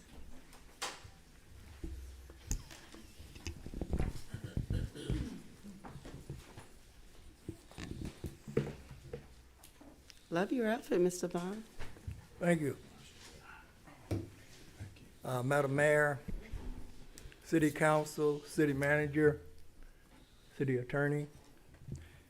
As we continue to celebrate Black History Month, it is good that we can look back presently to see where we have come from, and it will give some indications as to where we are going without change. That was a telecast that I listened to, a documentary on Sunday, and it was quite interesting to see where blacks have come from throughout history. Did not know that we as blacks served over in Europe to fight for another country, France. Well, you can see this telecast and other information from this. forloveofliberty.org. I'm going to say it again. You can write it down. forloveofliberty.org. Number 2, I understand that the City Council meet with the BISD Superintendent and Board. I know that currently BISD is in discussion about naming rights for the football stadium, which is located on Highway 124 or between Highway 124 and I-10. I do have some concerns about this stadium. Well, really, the athletes and the patrons that attend football games at the stadium, as well as other events that happens out there, the natatorium and all. It is that this stadium sits between two very active landfills that you are aware of. These two active landfills are on Laffner Road and LaBelle Road. The LaBelle Road landfill is much safer than the Laffner Road landfill. But yet, that one on LaBelle could be even safer. We've been discussing this over right at 15 years now, and nothing has happened. Nothing. Think about the citizen. And I leave you with this. From the book of Matthew, the 22nd chapter, verse 39. And it says this from the King James Version. And the second is like it.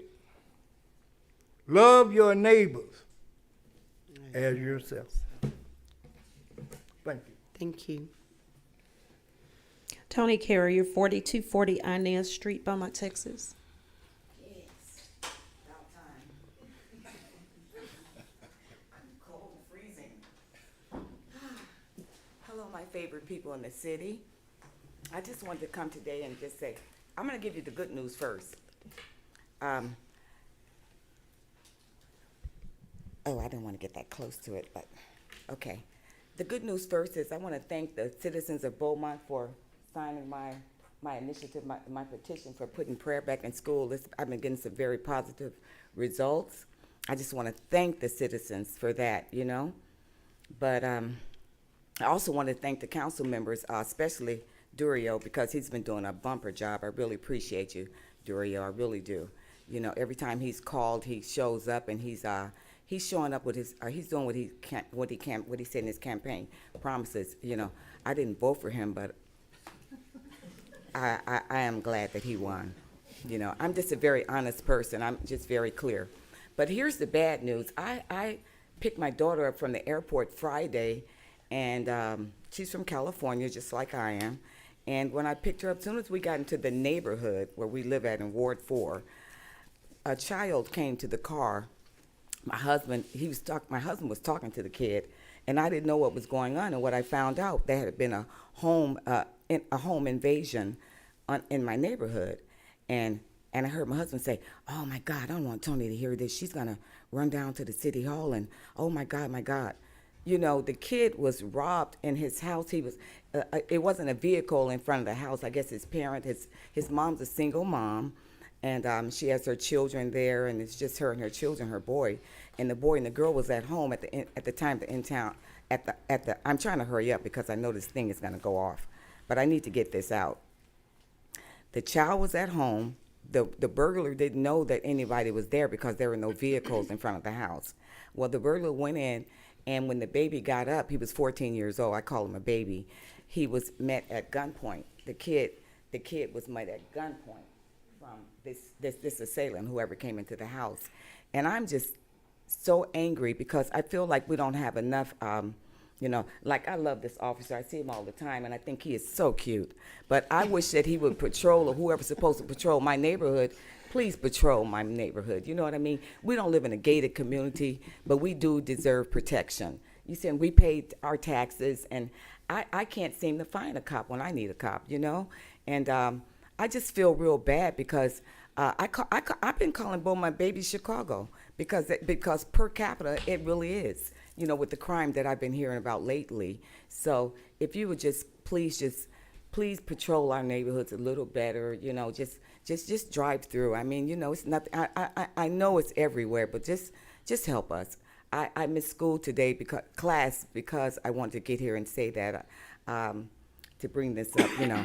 And so everybody just please stay safe and lock your doors because his door wasn't locked. Thank you. Thank you.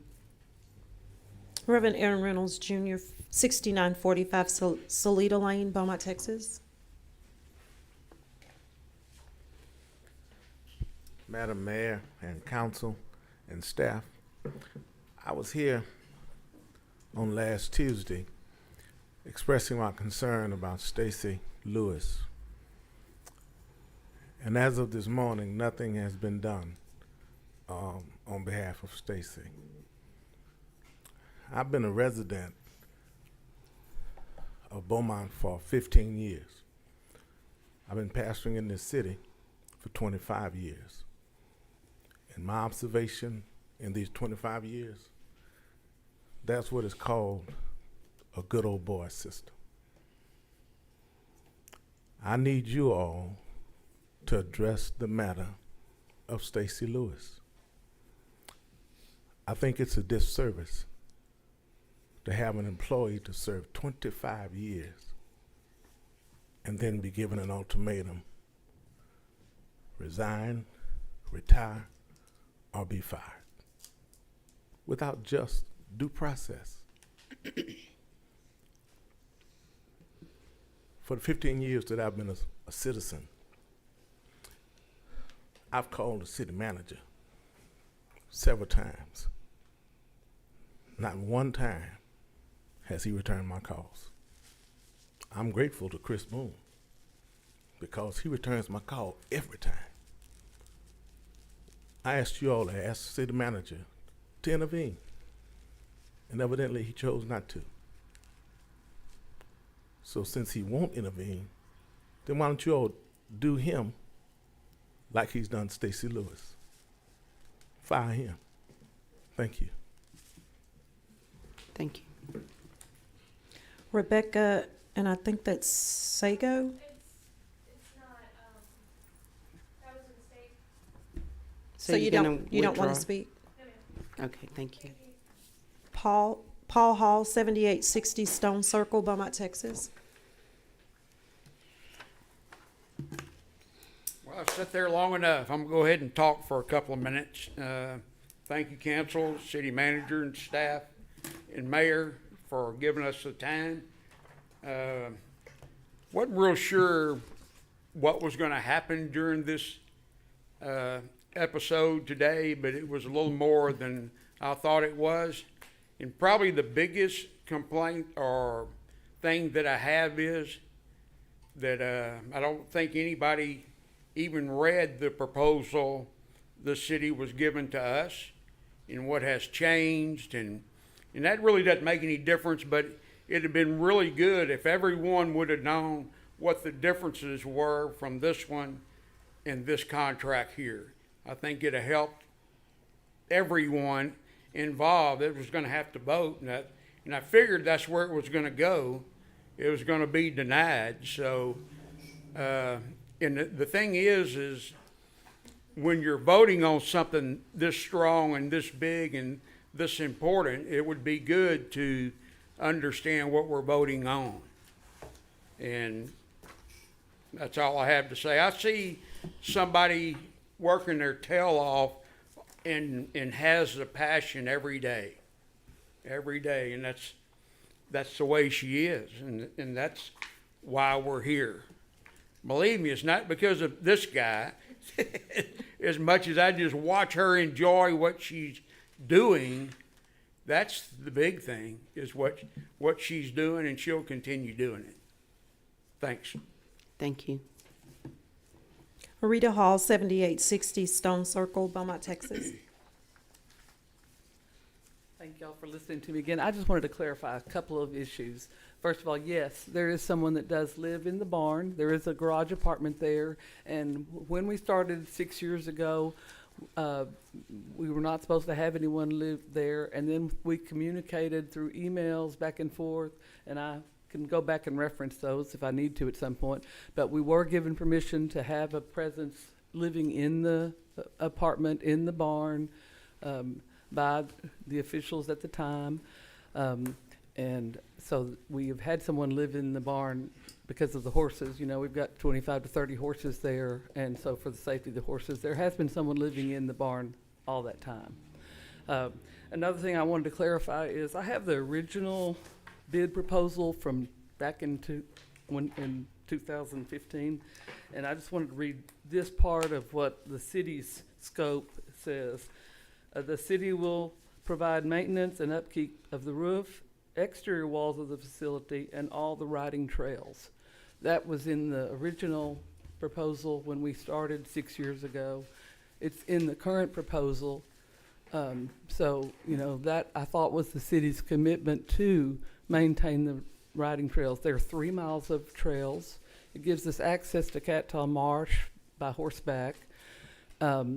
They were destroyed after Hurricane Rita because of the logging trucks that came in to trim the trees. And so I have tried to ride, when we first opened, my horse back there, and I got my feet wet in the mud. My horse sunk so badly in the trail.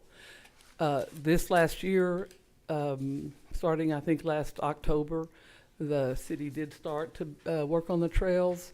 And of the 3 miles, I think that about 1 mile of that has been completed, which is wonderful. It's really doing a great job of that, and it is very, very nice. But there are an additional about 2 miles of that riding trail.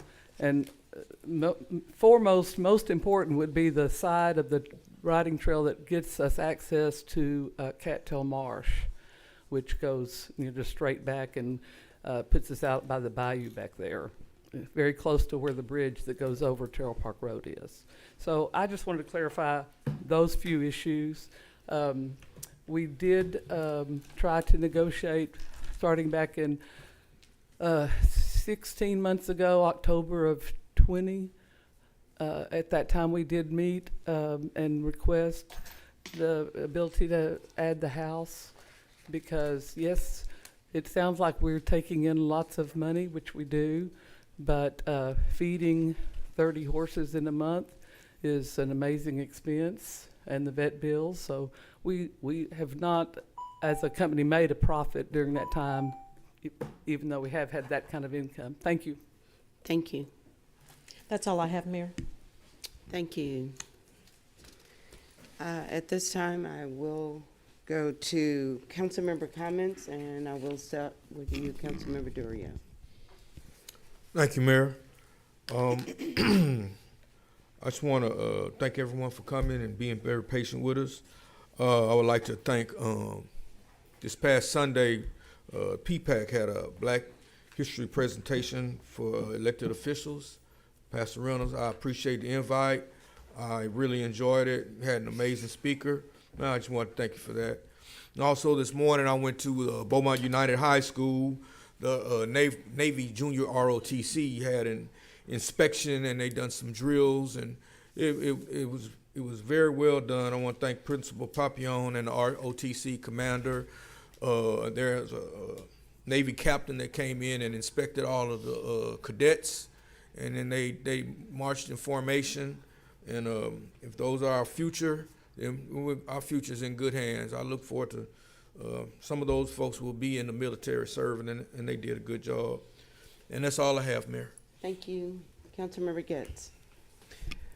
I just want to thank the community for the outpouring of love, support, and prayers that they're offering for Allison and our family during this difficult time. Thank you, Mayor. Thank you. Councilmember Turner.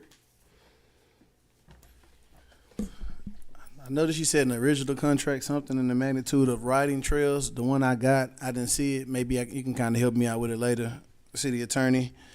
I want to remind everybody the election is going on. If you have not exercised your right to vote, please do so. Secondly, the electric scooters have made its 1 week anniversary in Beaumont, Texas. We've been getting a lot of phone calls and emails, and people are excited about it. To the whole council, the community has reached out and they're saying they appreciate it. Mardi Gras, the 24th through the 27th, everyone's real excited. I'm getting a lot of phone calls about the artists and the whole magnitude of participation. And I think the city of Beaumont, along with the Mardi Gras event, is doing a great job as far as how they're marketing everything. I think this excitement in the city is some of the things the city needs, and it's a pretty good thing.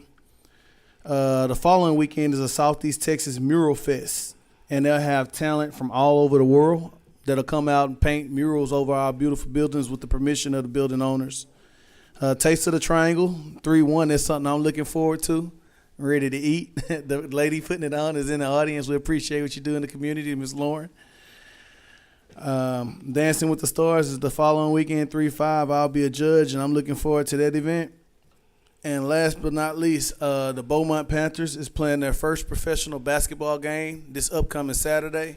It'll be completely free to the public, and it'll be held at Ford Park Arena. The Beaumont Panthers is a basketball team that NBA champion from our hometown, Kendrick Perkins, owns. And he decided to put this back in his hometown, so I want to encourage the community to come out and support it. It is completely free to the public, completely free to everybody. And there will be a middle school all-star game that he sponsored personally that will take place with talent from all over Southeast Texas, from Kuntz, Silsbee, LCM, Orange, Port Arthur, Beaumont, Nederland, PNG. He has kids playing from all over, and he's sponsoring this game as well.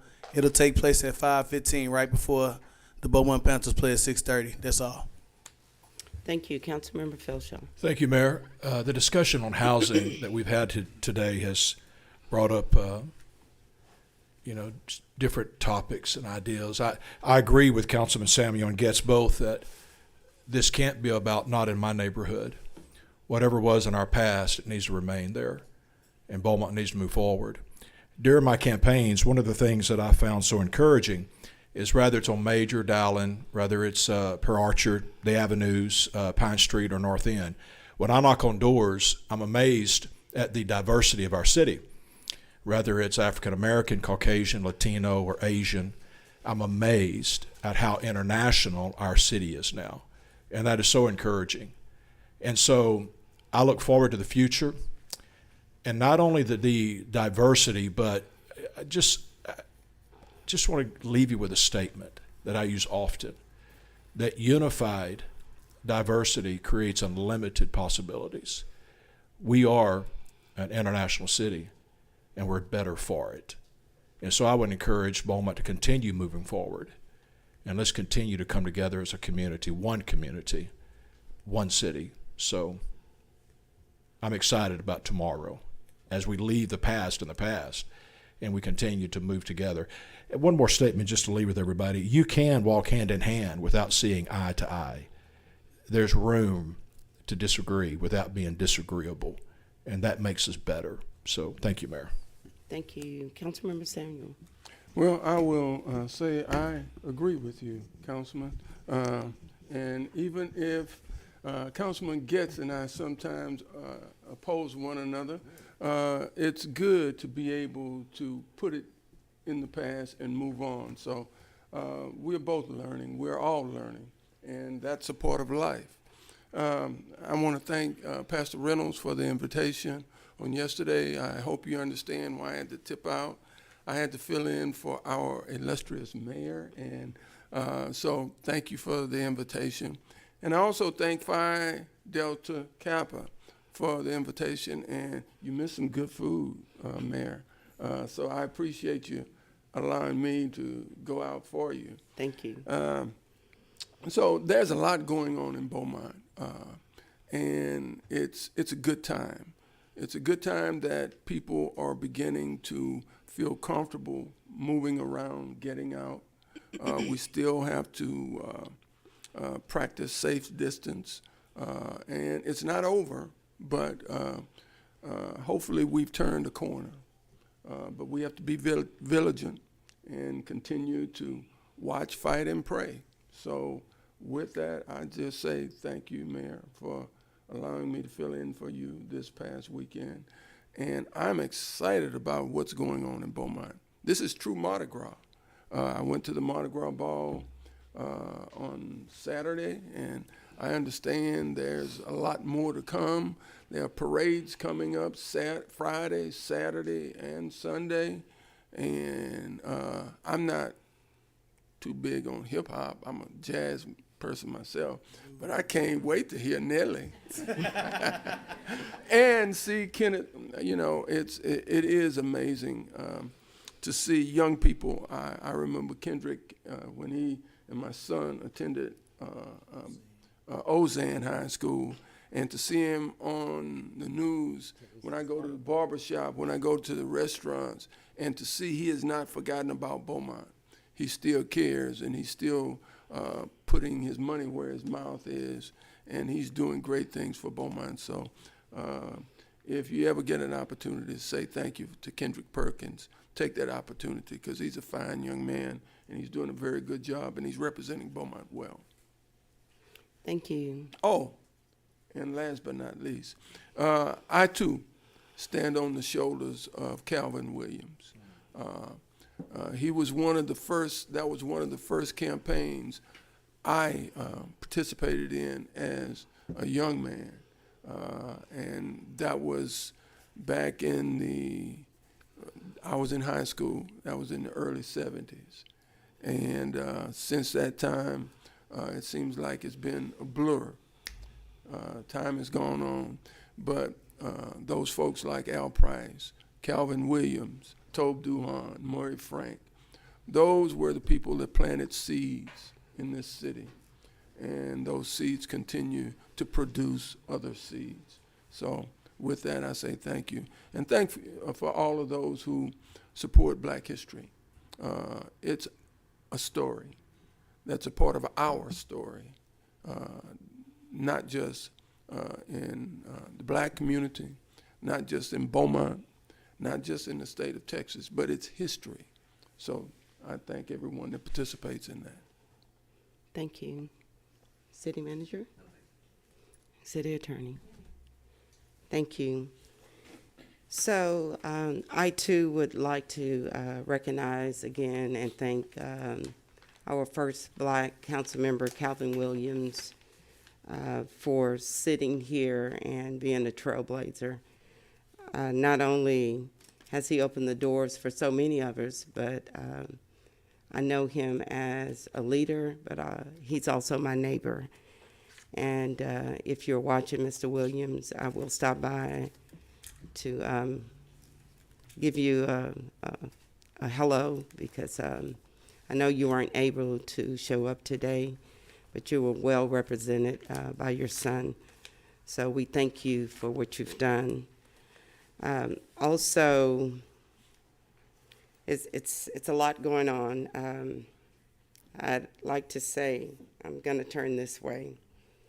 The Golden Triangle chapter of Alpha Phi Alpha Fraternity was here on last Tuesday. And I know that's making him sick, so that's why I faced him.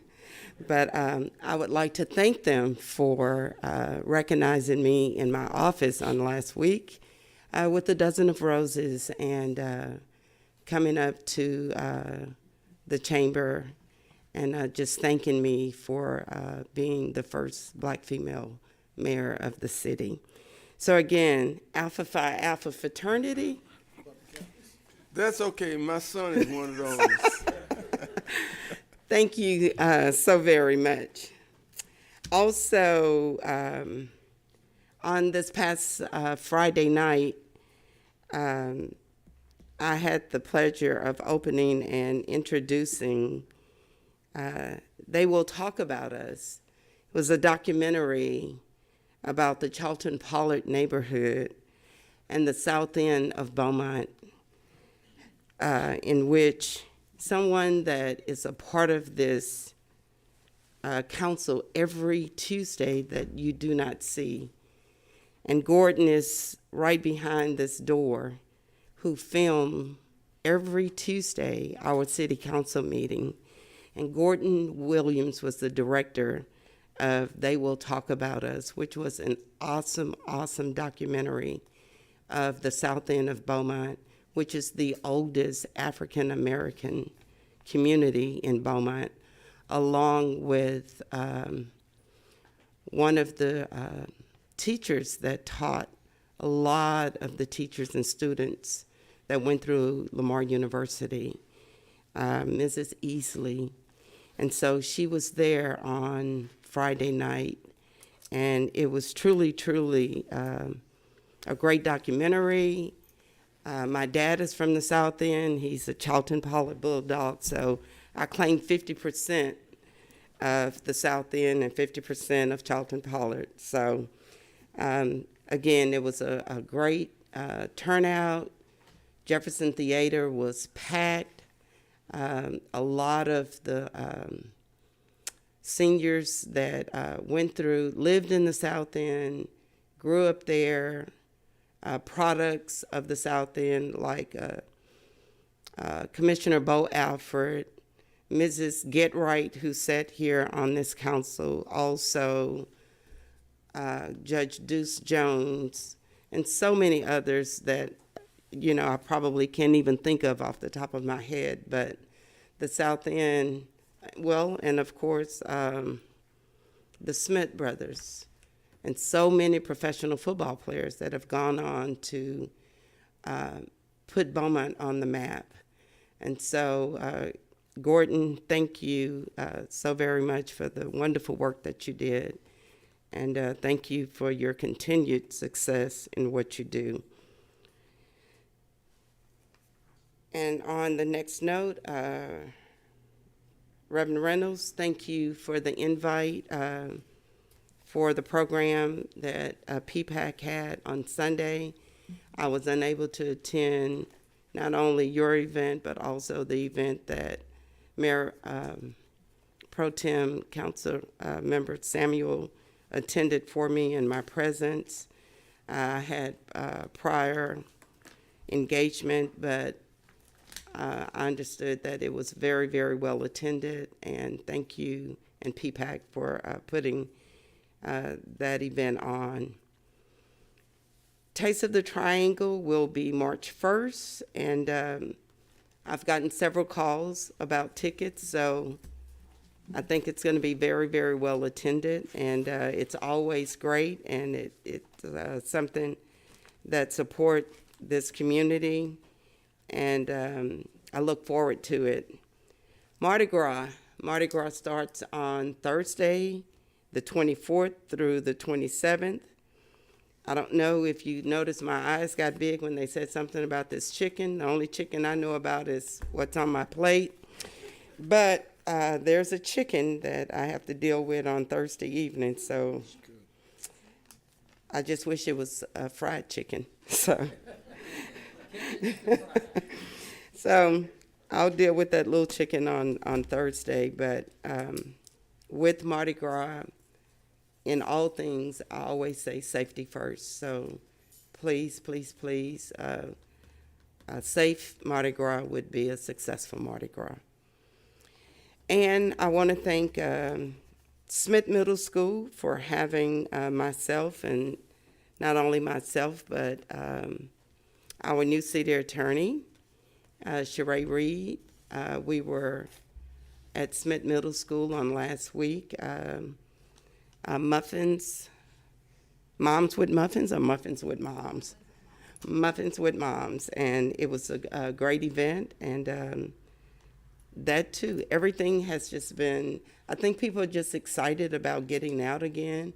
I mean, the entire room was full.